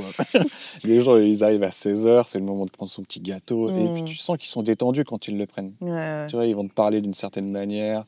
Tu vois, ils vont être plus détendus, ils ont pris leur petit thé et tout. Tu sens qu'ils sont dans une autre posture parce qu'ils ont eu leur douceur. Et nous, les diabétiques, on nous prive de ça. Ah ouais. Donc, je t'avoue que le resucrage, pour moi, c'est le moment de la douceur. C'est le moment où je me resucre. Alors, ouais, je suis en hypo. Ouais. Mais je suis dans le même état que les gens. C'est clair. Parce que. Il n'y a rien de plus kiffant que quand tu es en hypo et que tu sens l'énergie remonter. Là, tu sais, tu es comme une barre de batterie et tu sens le. Ah, purée, je reviens à moi. C'est ça. C'est au moment où tu n'es plus là et un coup, tu dis ah putain, je peux réfléchir. Et au-delà de l'aspect douceur gustative, tu as aussi. On parlait des piqûres. Tu vois, c'est aussi un truc.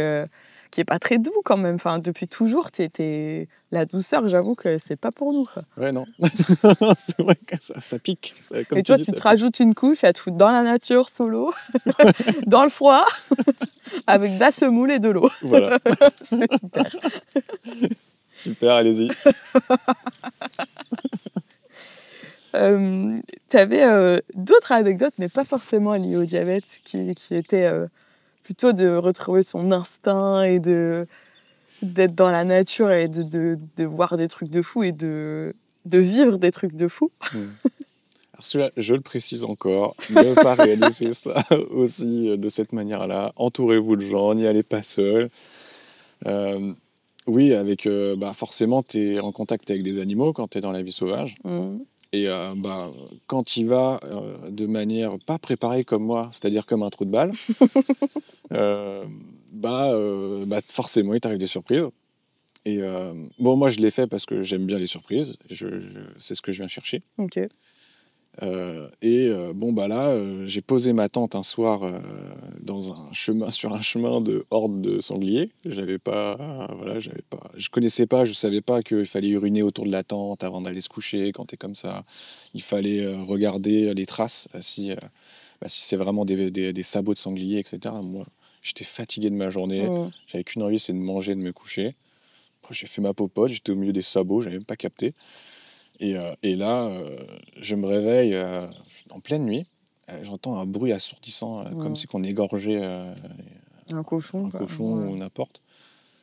Et là, en fait, c'était une femelle sanglier qui était en face de moi en pleine nuit et qui allait charger ma tante, quoi, qui voulait charger parce que elle avait senti mon odeur.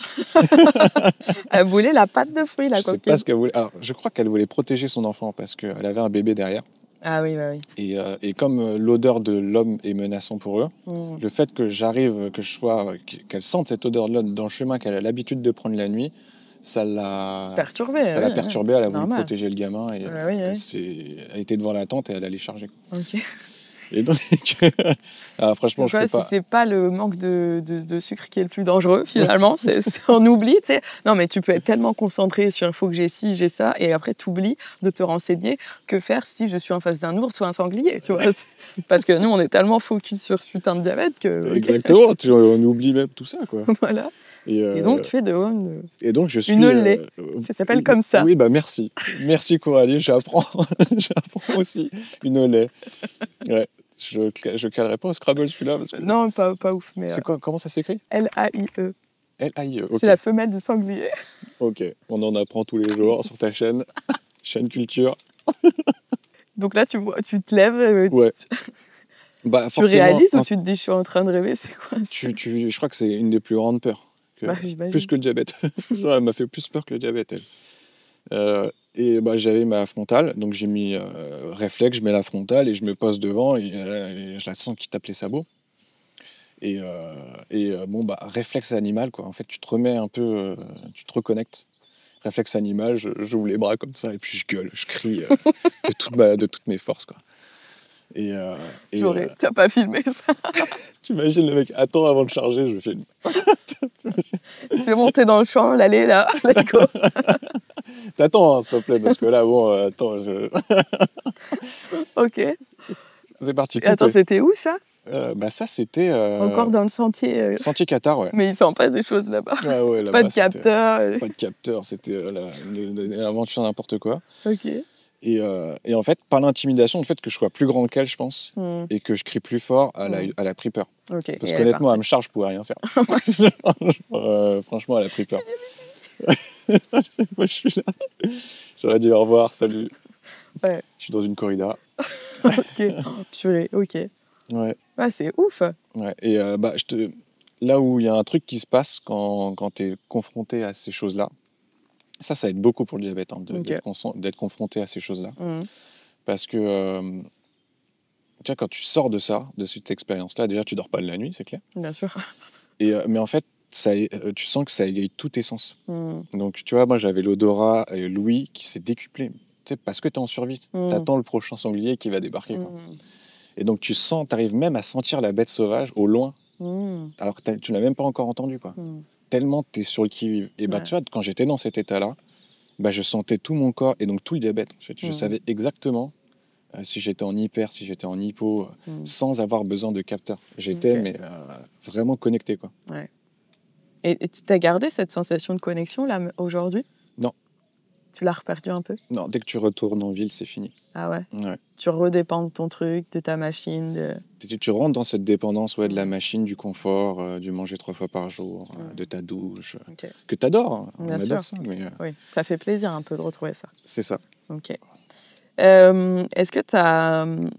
Donc là, c'est des souvenirs, des anecdotes, mais je me demandais aussi quel était... je ne sais pas si on peut dire plus beau souvenir, mais des souvenirs marquants que tu as vécu, diabète ou pas diabète. J'avoue que la vidéo de l'Himalaya m'a particulièrement touchée, les temples, les gens dans le froid, tout ça. Je ne veux pas t'induire à dire forcément là-bas, mais quels sont tes souvenirs marquants que tu gardes avec toi? Bah, je vais essayer de contenir les larmes parce que Oh. quand je me souviens, c'est extraordinaire. Mm. Les souvenirs marquants, ouais, en fait, je pense l'Himalaya, au-delà des paysages et de tout ça, c'est le fait d'avoir un groupe et de le faire en groupe Ok. avec des Sherpas, avec des personnes qui sont nées là-bas. Mhm. Il y a un accueil qui était extrêmement chaleureux. Ok. Et quand tu tapes 12 jours avec eux et que c'est le moment de se dire au revoir, ça c'est marquant. Tu vois. Ouais, C'est j'imagine. marquant parce que tu t'attaches énormément. Parce que finalement, tu te rends compte qu'on n'est pas si différents que ça. Mm. Et que certes, culturellement, etc., on a énormément de différences, mais dans le contact, parce que moi, je leur posais la question, qu'est-ce qui vous rend heureux, quoi. Mm. Et c'était le moment de parler de choses un peu philosophiques. Ouais. Quand tu es en montagne, tu peux avoir ces discussions-là. Et en fait, tu te rends compte à quel point les pays pauvres, c'est tellement simple, les choses. Quoi. Mm. Et en fait, moi, ça m'a mis une baffe. Quoi. Ouais, ok. L'Himalaya, c'est ça. Je dirais, ouais, il y a la rando, mais c'est ça. C'est les conditions là-bas, la pauvreté, c'est-à-dire que tu manges pas de viande. Quoi. Mm. J'étais au resto, et je dis, ouais, je veux du riz avec du poulet. Il me dit, ouais, mais le poulet, alors, nous, on n'a pas de frigo. Quoi. Il faut aller le tuer, viens le tuer avec moi. Ok. Ah, tout de suite, tu manges pas de poulet. J'imagine. Et ouais, tout ce truc, tu vois. Et puis, il y a un côté spirituel parce qu'on est allé dans les monastères. Mm. Et donc, j'ai pu avoir des réponses sur des questionnements que je me posais, que je vais pas m'exprimer là-dessus sur la chaîne, mais voilà, il y avait un truc, tu vois, avec les gens, il y a eu un contact. Et je me sentais là-bas comme chez moi, quoi. Ok. Ouais. Oh, c'est ouf. Comme si que j'avais déjà habité, quoi. Ok. Très étrange. Ouais. Et ouais, de devoir le quitter, ouais, ça m'a marqué. Ok. Et il y a le Tour du Mont Blanc. Je me souviens, je crois que j'avais fait... dans mes vidéos, il me semble qu'il y a un moment où je chiale carrément. Tu vois. Sur le matin du dernier jour, je me suis réveillé avec une boule de tristesse dans la gorge. Dire que tout cela allait se terminer. Bon, bah. Je pleure parce que c'est le dernier jour. Et que je me dis que je m'en souviendrai toute ma vie, quoi. Je me dis à chaque fois, si je peux continuer à donner de l'espoir aux gens qui ont des maladies chroniques et d'autres qui n'en ont pas, mais qui se disent ah bah si lui il l'a fait avec un diabète de type 1, alors moi je peux le faire. Ce que ça fait tout ça, ça donne confiance en son corps. Et en fait, quand tu finis un truc comme ça, je me souviens, un Tour du Mont Blanc, je l'ai fini, enfin la veille, quoi. La veille, dernier bivouac. Je me réveille le matin, je me dis, c'est le dernier jour. Et je me dis, putain, déjà, j'étais tellement fier de moi. Et en fait, je réalisais qu'en tant que diabétique, quand j'allais rentrer de ce truc-là, ça allait être une autre vie. Parce que j'avais réalisé quelque chose qui allait me donner confiance en mon corps. Ok. Cette confiance que je n'avais pas avant. C'est si tu peux faire le tour du Mont Blanc, alors tu pourras gérer cette hypo à 10 heures au bureau. Et bah, c'est exactement ça. Et quand je suis dans des moments d'inconfort maintenant, je me dis, si j'ai pu faire l'Himalaya, si j'ai pu faire le Mont Blanc, je vois pas pourquoi je pourrais pas faire ça, ce petit truc dans mon confort. Il n'y a rien qui peut m'ébranler, quoi. Ouais. Ouais. On relativise en fait. On relativise, ouais. Tu m'as dit une phrase au téléphone qui m'a fait extrêmement rire. Tu m'as dit si j'avais pas eu de diabète, j'aurais probablement été un beau connard. Ouais, je pense. Est-ce que tu peux expliquer ça? Parce que du coup, tu parles de réalisations que tu as faites à travers le voyage, et ces voyages ont été un peu impulsés par la volonté d'être seul et donc s'extirper un peu de la maladie, de tout ça. Ouais. Ouais. Et donc ces réalisations t'ont fait dire que purée, s'il n'y avait pas eu tout ça, t'aurais été une autre personne et apparemment pas celle que tu aurais voulu être. Ouais.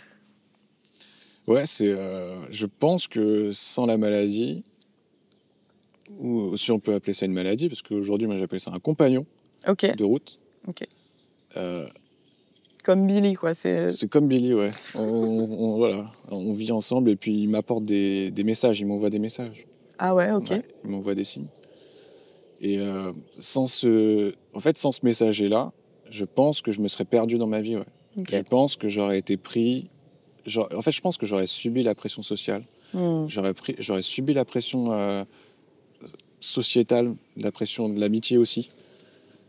J'aurais subi énormément de pression. Je pense que je serais rentré dans un moule classique et je me serais rendu compte, bien plus tard. Peut-être qu'un jour je m'en serais rendu compte, c'est clair. Mais bien plus tard. Et la maladie m'a permis, en tout cas le diabète m'a permis de me rendre compte bien plus tôt.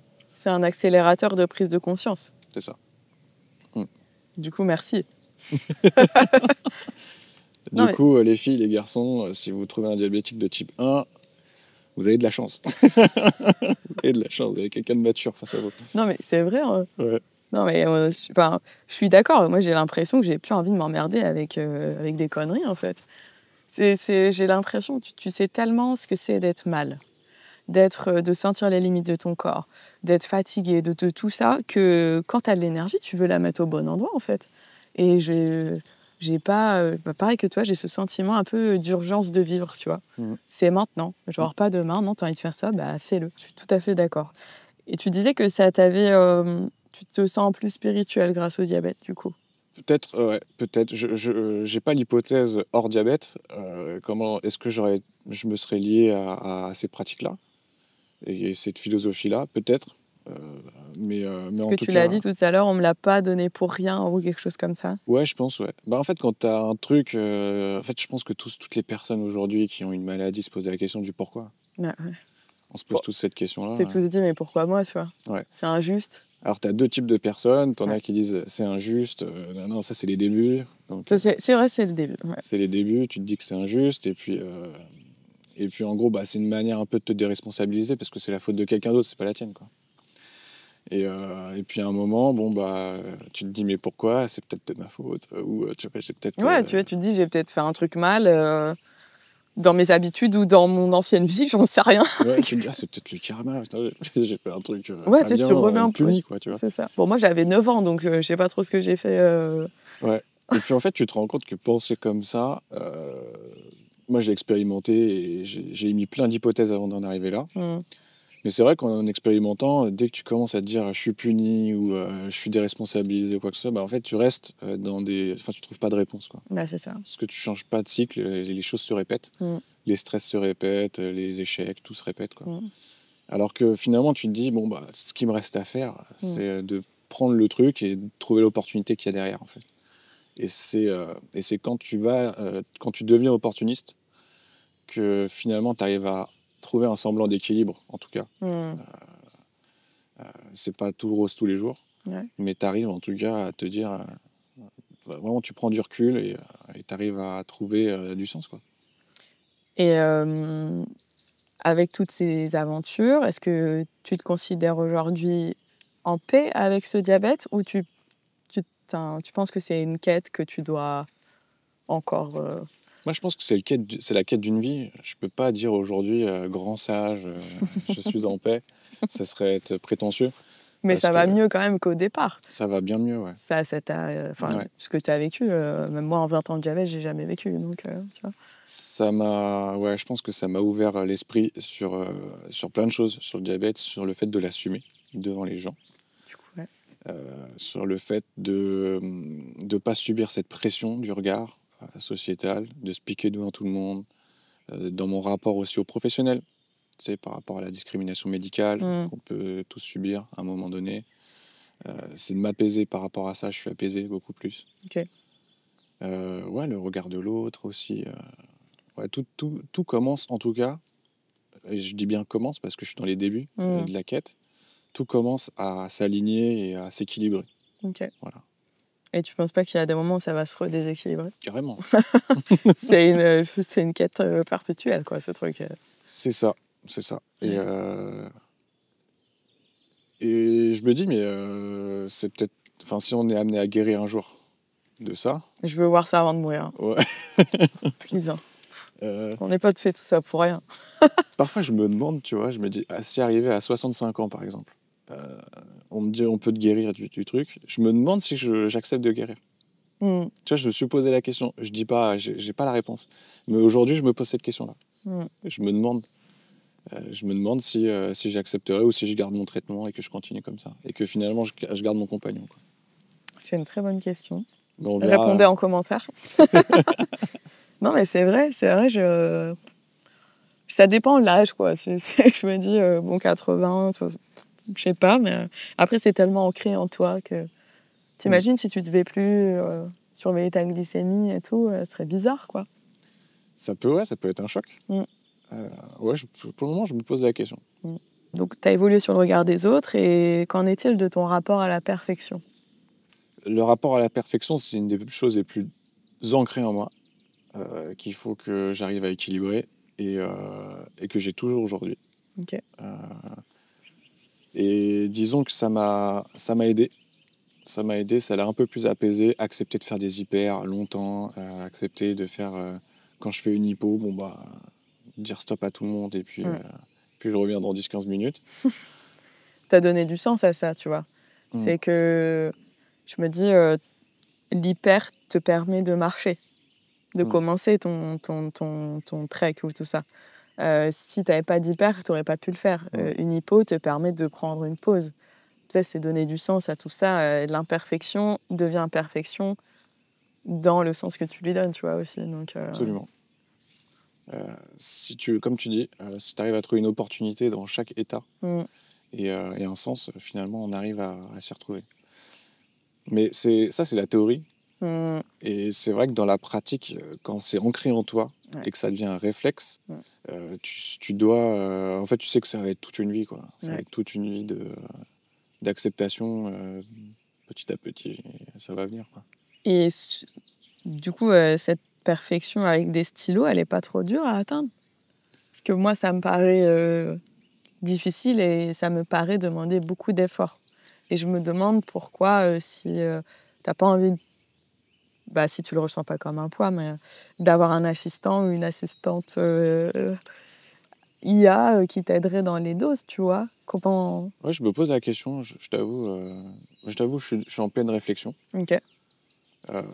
C'est bizarre à dire, et c'est vrai que c'est incompréhensible pour beaucoup. Même mon endocrinologue se pose la question. Mais chez moi, c'est pas une charge mentale de me piquer. En fait, c'est tellement rentré dans mes habitudes que...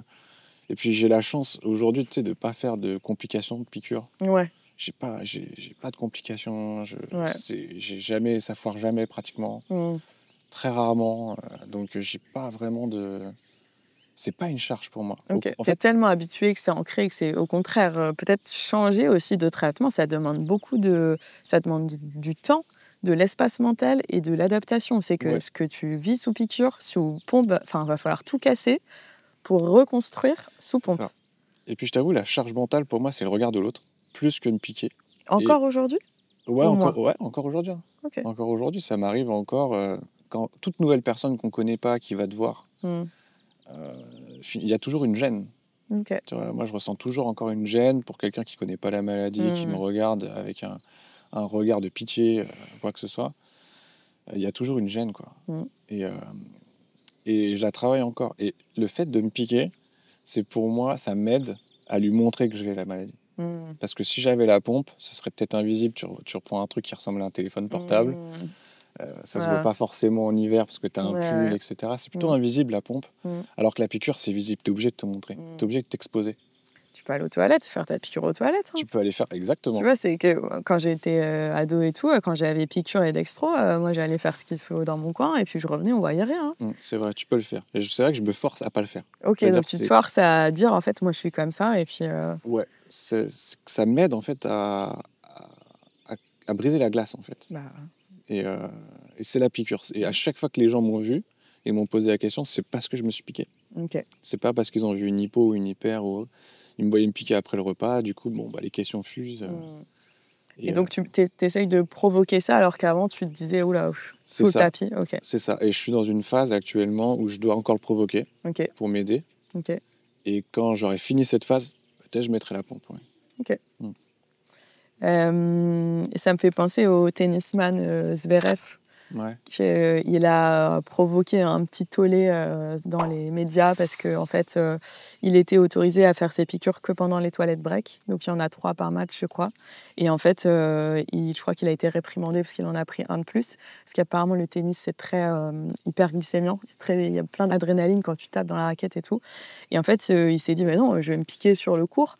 Et il s'est fait réprimander à cause de ça, le fait d'avoir fait sa piqûre sur le terrain de tennis. Et il a réussi à faire changer la réglementation de Roland-Garros en mode, bah non, c'est son traitement, donc oui, il va se piquer devant vous, et si ça vous gêne, vous tournez les yeux, quoi, tu vois. J'avoue aussi, je suis team, se piquer en public, c'est normaliser un acte de soin, et ça devrait être normal, et si ça gêne quelqu'un, juste regardez pas, quoi, tu vois. Peut-être prévenir que tu vas faire une piqûre parce que tu es diabétique et tout, mais c'est pénible de s'extraire d'un moment. En plus social, tu vois, tu as un dîner, tu as un truc que tu aimes, tu dois t'extraire pour en plus te faire mal, entre guillemets, et te faire ta piqûre. Donc, double peine, quoi, le truc. Double peine, mais si on doit, tu vois, comme je te disais, l'état d'esprit opportuniste, si tu dois le transcrire comme ça, c'est qu'en fait, ça te permet de faire un filtre auprès des gens qui vont te correspondre ou pas. Je suis d'accord. Quelqu'un qui te regarde bizarre et qui se fout de ta gueule, ou même, tu vois, qui est gêné et tu vois, limite qui te parle plus après. Ouais. C'est bon, filtre naturel, super, salut, on se parlera pas, et c'est très bien comme ça. Moi, je dis souvent ça dans les relations aussi amoureuses, parce qu'il y a des gens qui disent carrément j'ai dit que j'avais un diabète, le mec, la meuf est partie. Bah, c'était pas la bonne, ou pas le bon, en fait. C'est que c'est un super test, quand tu annonces une maladie chronique à ton date ou quoi, c'est un super film. Soit la personne est prête à faire les montagnes russes de la glycémie avec toi, ou soit elle monte même pas dans le wagon. Donc, c'est un sacré filtre, effectivement. Et ça revient à toute ta philosophie que tu as mis en place, quoi. C'est exactement ça, ouais. Je voulais revenir sur peut-être plus du pratico-pratique, parce que parler d'aiguilles et de piqûres et tout ça. Quand tu es parti faire l'Himalaya, on dit faire l'Himalaya ? Oui, ça peut le faire, ouais. Tu étais dans un groupe, du coup, aussi, là. Comment tu as appréhendé ça ? Est-ce que tu leur as dit en avance ? Est-ce que juste tu dois prévenir que tu es diabétique dans une telle aventure ? Est-ce qu'on le savait et du coup on te laissait faire ta piqûre Donc autant te dire comment ça s'est fait. Alors dans le groupe, il y avait notre guide. Et notre guide est népalais. Il est né à La Prague. Okay. Donc, et d'ailleurs, il nous a montré son petit chez lui, sa femme, ses enfants, super sympa. Et il y avait un guide assistant et un porteur. Oui, ok. Et deux touristes, donc moi et un autre qui était beaucoup plus jeune que moi. Ok. Donc le français, lui, ça lui a fait ni chaud ni froid. Celui qui était plus jeune que moi, aucun problème. Ok. Il m'a dit, il a déjà vu que j'avais fait des vidéos sur YouTube, je lui avais montré avant. Il m'a dit, bon, si t'as réussi à faire le tour du Mont Blanc, normalement ça devrait le faire. C'est bon, je m'en fous. Mais par contre, la réaction d'un Népalais face à ça, c'est on était à l'hôtel donc j'avais une petite soirée où il nous faisait le speech et on mangeait ensemble après. Ok. J'ai pris une grosse plâtrée comme à mon habitude et là il voit à la fin de la plâtrée, je me pique et il était comme ça. Okay. Dans sa tête, il se disait merde, lui je dois l'emmener dans l'Himalaya quand même. Et il se dit mais qu'est-ce que c'est et tout. Et donc il était choqué. Okay. Mais vraiment choqué. Et donc quand je lui ai expliqué que je devais me piquer à chaque fois que je mange, que parfois je vais devoir m'arrêter pendant le trek pour reprendre du sucre, il a été... mais vraiment, on sent que ça lui a mis une baffe, quoi. Ok. Plus de stress, de se dire comment je vais pouvoir gérer un mec comme ça, alors que moi, il est sous ma responsabilité, ça va être risqué, tu vois. Ok. Et au départ, c'était ça. Les jours après, premier jour, il était très, très attentif. Ouais, il te regardait beaucoup. Ouais. Et après, il a vu que c'était plutôt fluide. Et après, c'est... Ok. Donc, tu as quand même gardé ce truc, ce diabète-là, c'était de toi à toi. T'embarquais pas, t'as pas dit, alors, si jamais je tombe, fais ci, ça, si je te dis... Je vais faire un petit speech. T'as fait un petit speech. Ouais, j'ai fait un petit speech à lui, j'ai fait un petit speech à Adrien. Donc, Adrien, c'était le français. Le petit français qui était avec moi. Mais de manière vraiment très... Tu sais, j'étais pas là, très solennel. Je dis, écoute, le risque numéro 1, c'est que je fasse une hypoglycémie. Ça m'est jamais arrivé un coma hypoglycémique, mais bon, c'est le risque.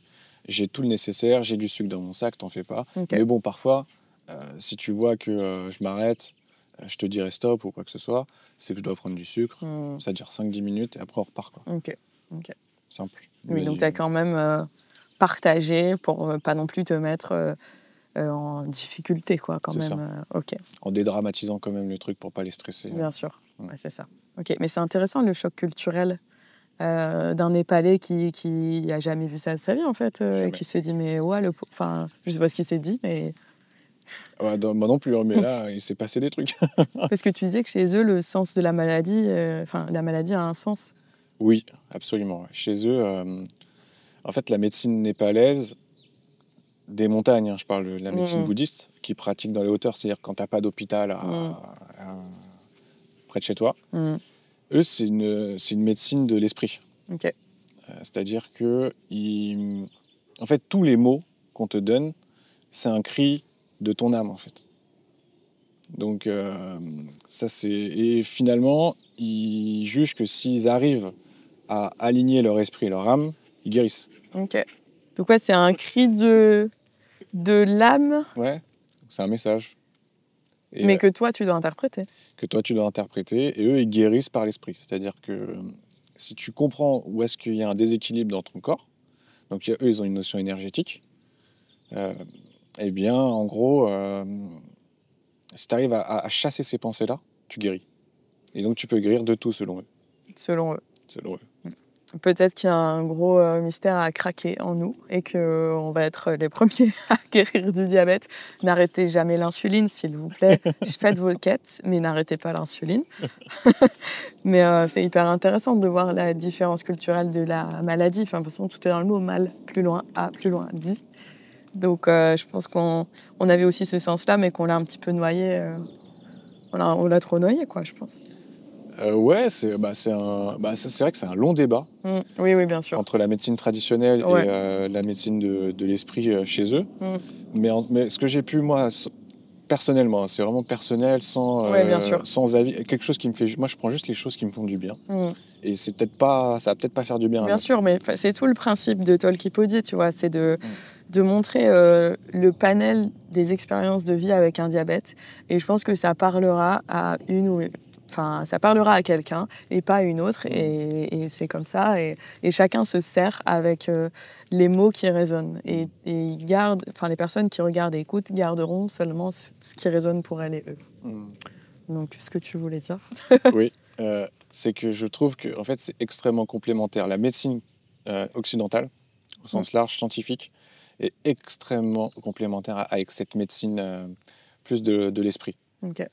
Et que quand on aura cette capacité, en tout cas en Occident, de lier les deux et de reconnaître les deux, là, je pense qu'on partira vraiment dans d'autres formes de guérison qui sont parfois même...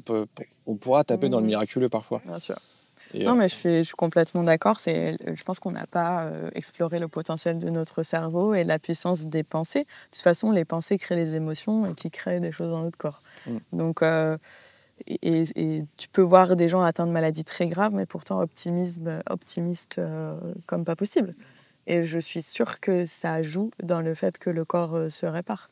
Oui. Maintenant, le socle, pour moi, reste quand même... tu vois, je parlais de l'insuline, ça reste la science, entre guillemets, où tu as quand même t'as la molécule qui est là, et sans ça, on ne pourrait pas aller bien loin, quoi. Mais, je suis d'accord. Pour moi, la médecine traditionnelle, l'insuline, tout simplement, c'est un peu, t'es tombé en panne, tu vas chez le garagiste. Et la médecine de l'âme, c'est plus, préviens avant d'être en panne. Et ça te permet d'aller pas trop souvent chez le garagiste, parce que tu peux avoir des effets secondaires, tu peux avoir... Voilà. Okay. Et donc, c'est plus... Moi, je le vois comme ça. Okay. C'est plus de la médecine préventive. Ouais, tout à fait. Ouais. La médecine de l'âme, quoi. Je reviens sur une question très pratico-pratique. Dans tes voyages, est-ce que tu te préoccupes de la conservation de la température de l'insuline, des choses comme ça? 0. On nous casse tellement la tête avec ça.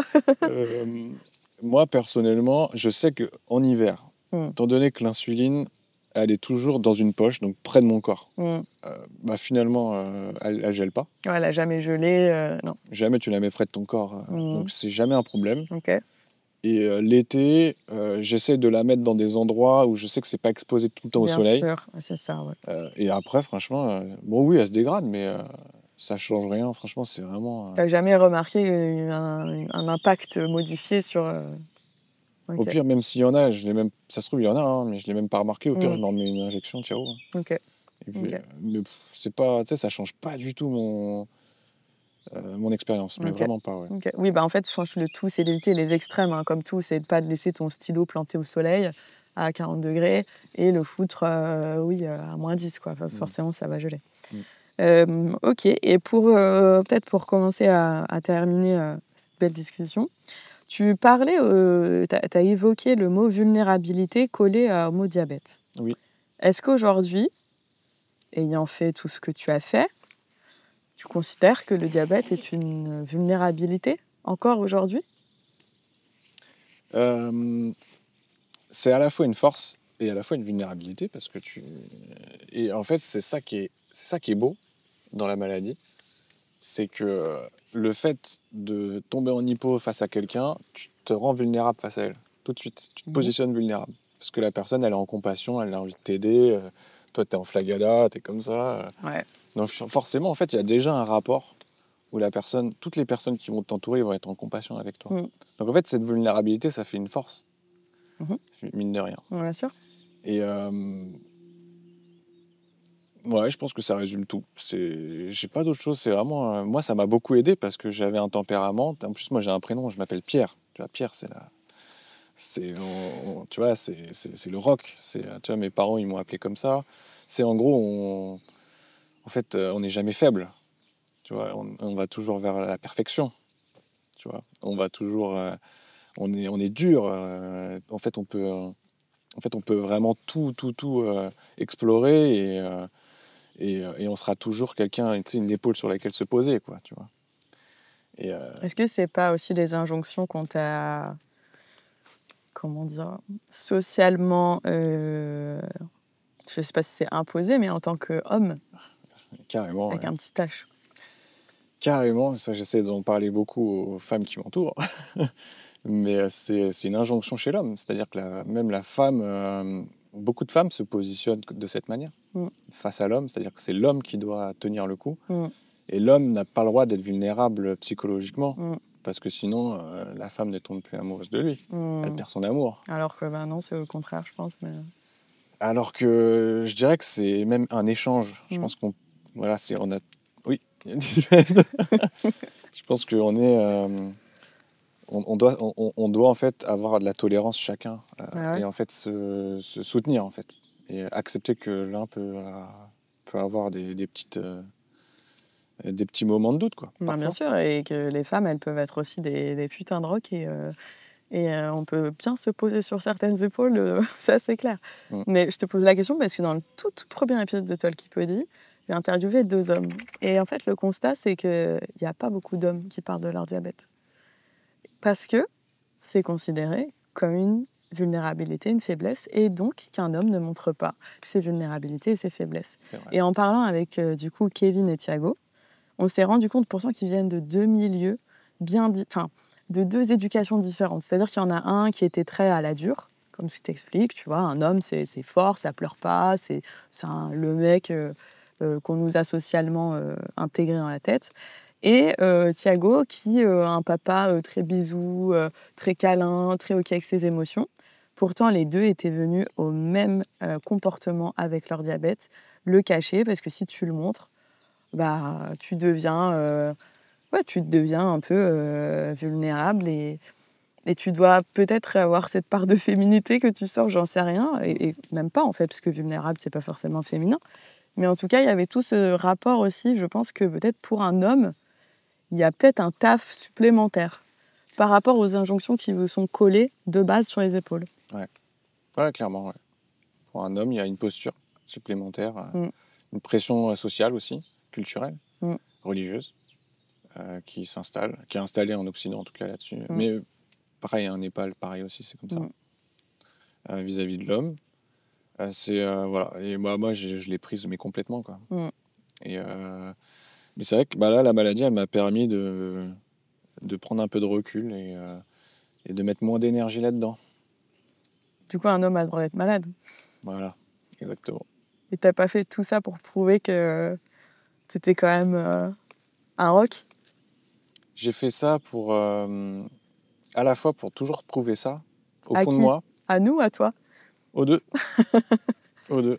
Parce que Réussi. c'est toujours là, mais c'est aussi pour avoir confiance en moi. Ouais. Ouais. Dans ton corps. Voilà. Ouais. Surtout, en fait, c'était surtout pour ça. C'est de me prouver que je pouvais avoir confiance en mon corps. Mm. Et indirectement, oui, l'image, c'est que je me mets des sacrés challenges et j'essaye de gravir les montagnes. Littéralement. Voilà. Mais c'est surtout pour me dire, à la fin, si tu as réussi à faire ça, Tu peux faire ça. tu te prends pas la tête sur les choses futiles de la vie et surtout, tu peux relativiser, tu peux faire confiance à ton corps, quoi. Tout à fait. Ouais. Très, très beau. Du coup, est-ce que tu as une ressource qui t'a particulièrement aidé dans le diabète? Une Ça- ressource, c'est-à-dire. Ça peut être un livre, un podcast, une personne. Ça peut être hors diabète aussi. Vraiment m'inspirer par rapport au diabète même, je dirais, c'est clairement les réseaux sociaux. Clairement les réseaux sociaux et puis ta chaîne, la chaîne d'autres aussi. En fait, j'ai commencé à voir émerger des personnes diabétiques de type 1 qui s'exposaient et qui, dans une volonté de partager quelque chose. Mm. Et ça a été un réconfort, en fait, de se dire je suis pas seul.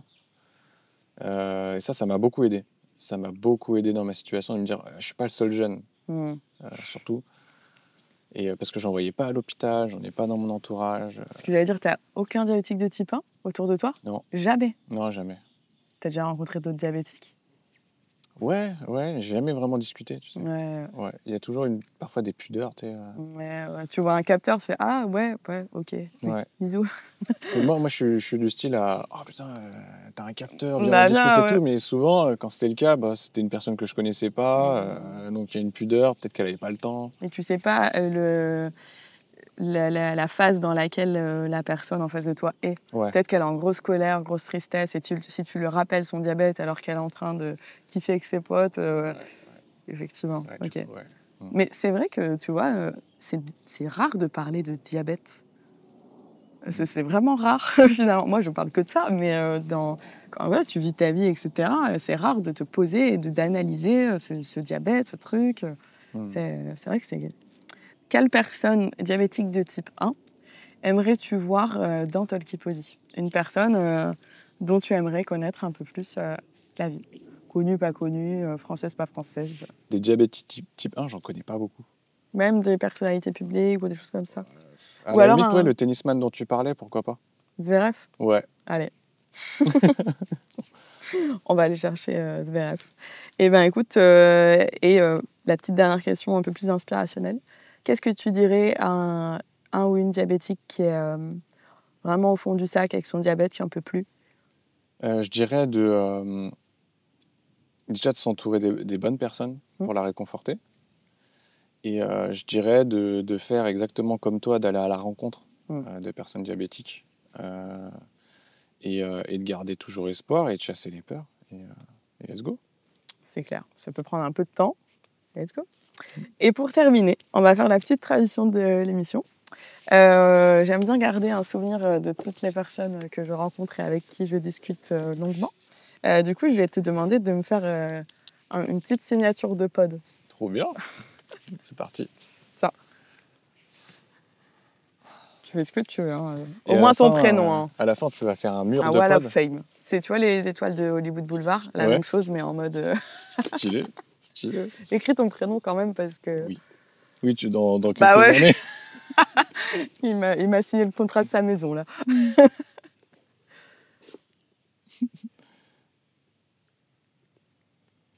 En plus, on finit avec le soleil, et ça, c'est beau. Ouais. Franchement, on l'attendait pas. Ouais, c'est vrai, il devait pas se pointer. Merci, magnifique. Et il a mis son petit nom de famille.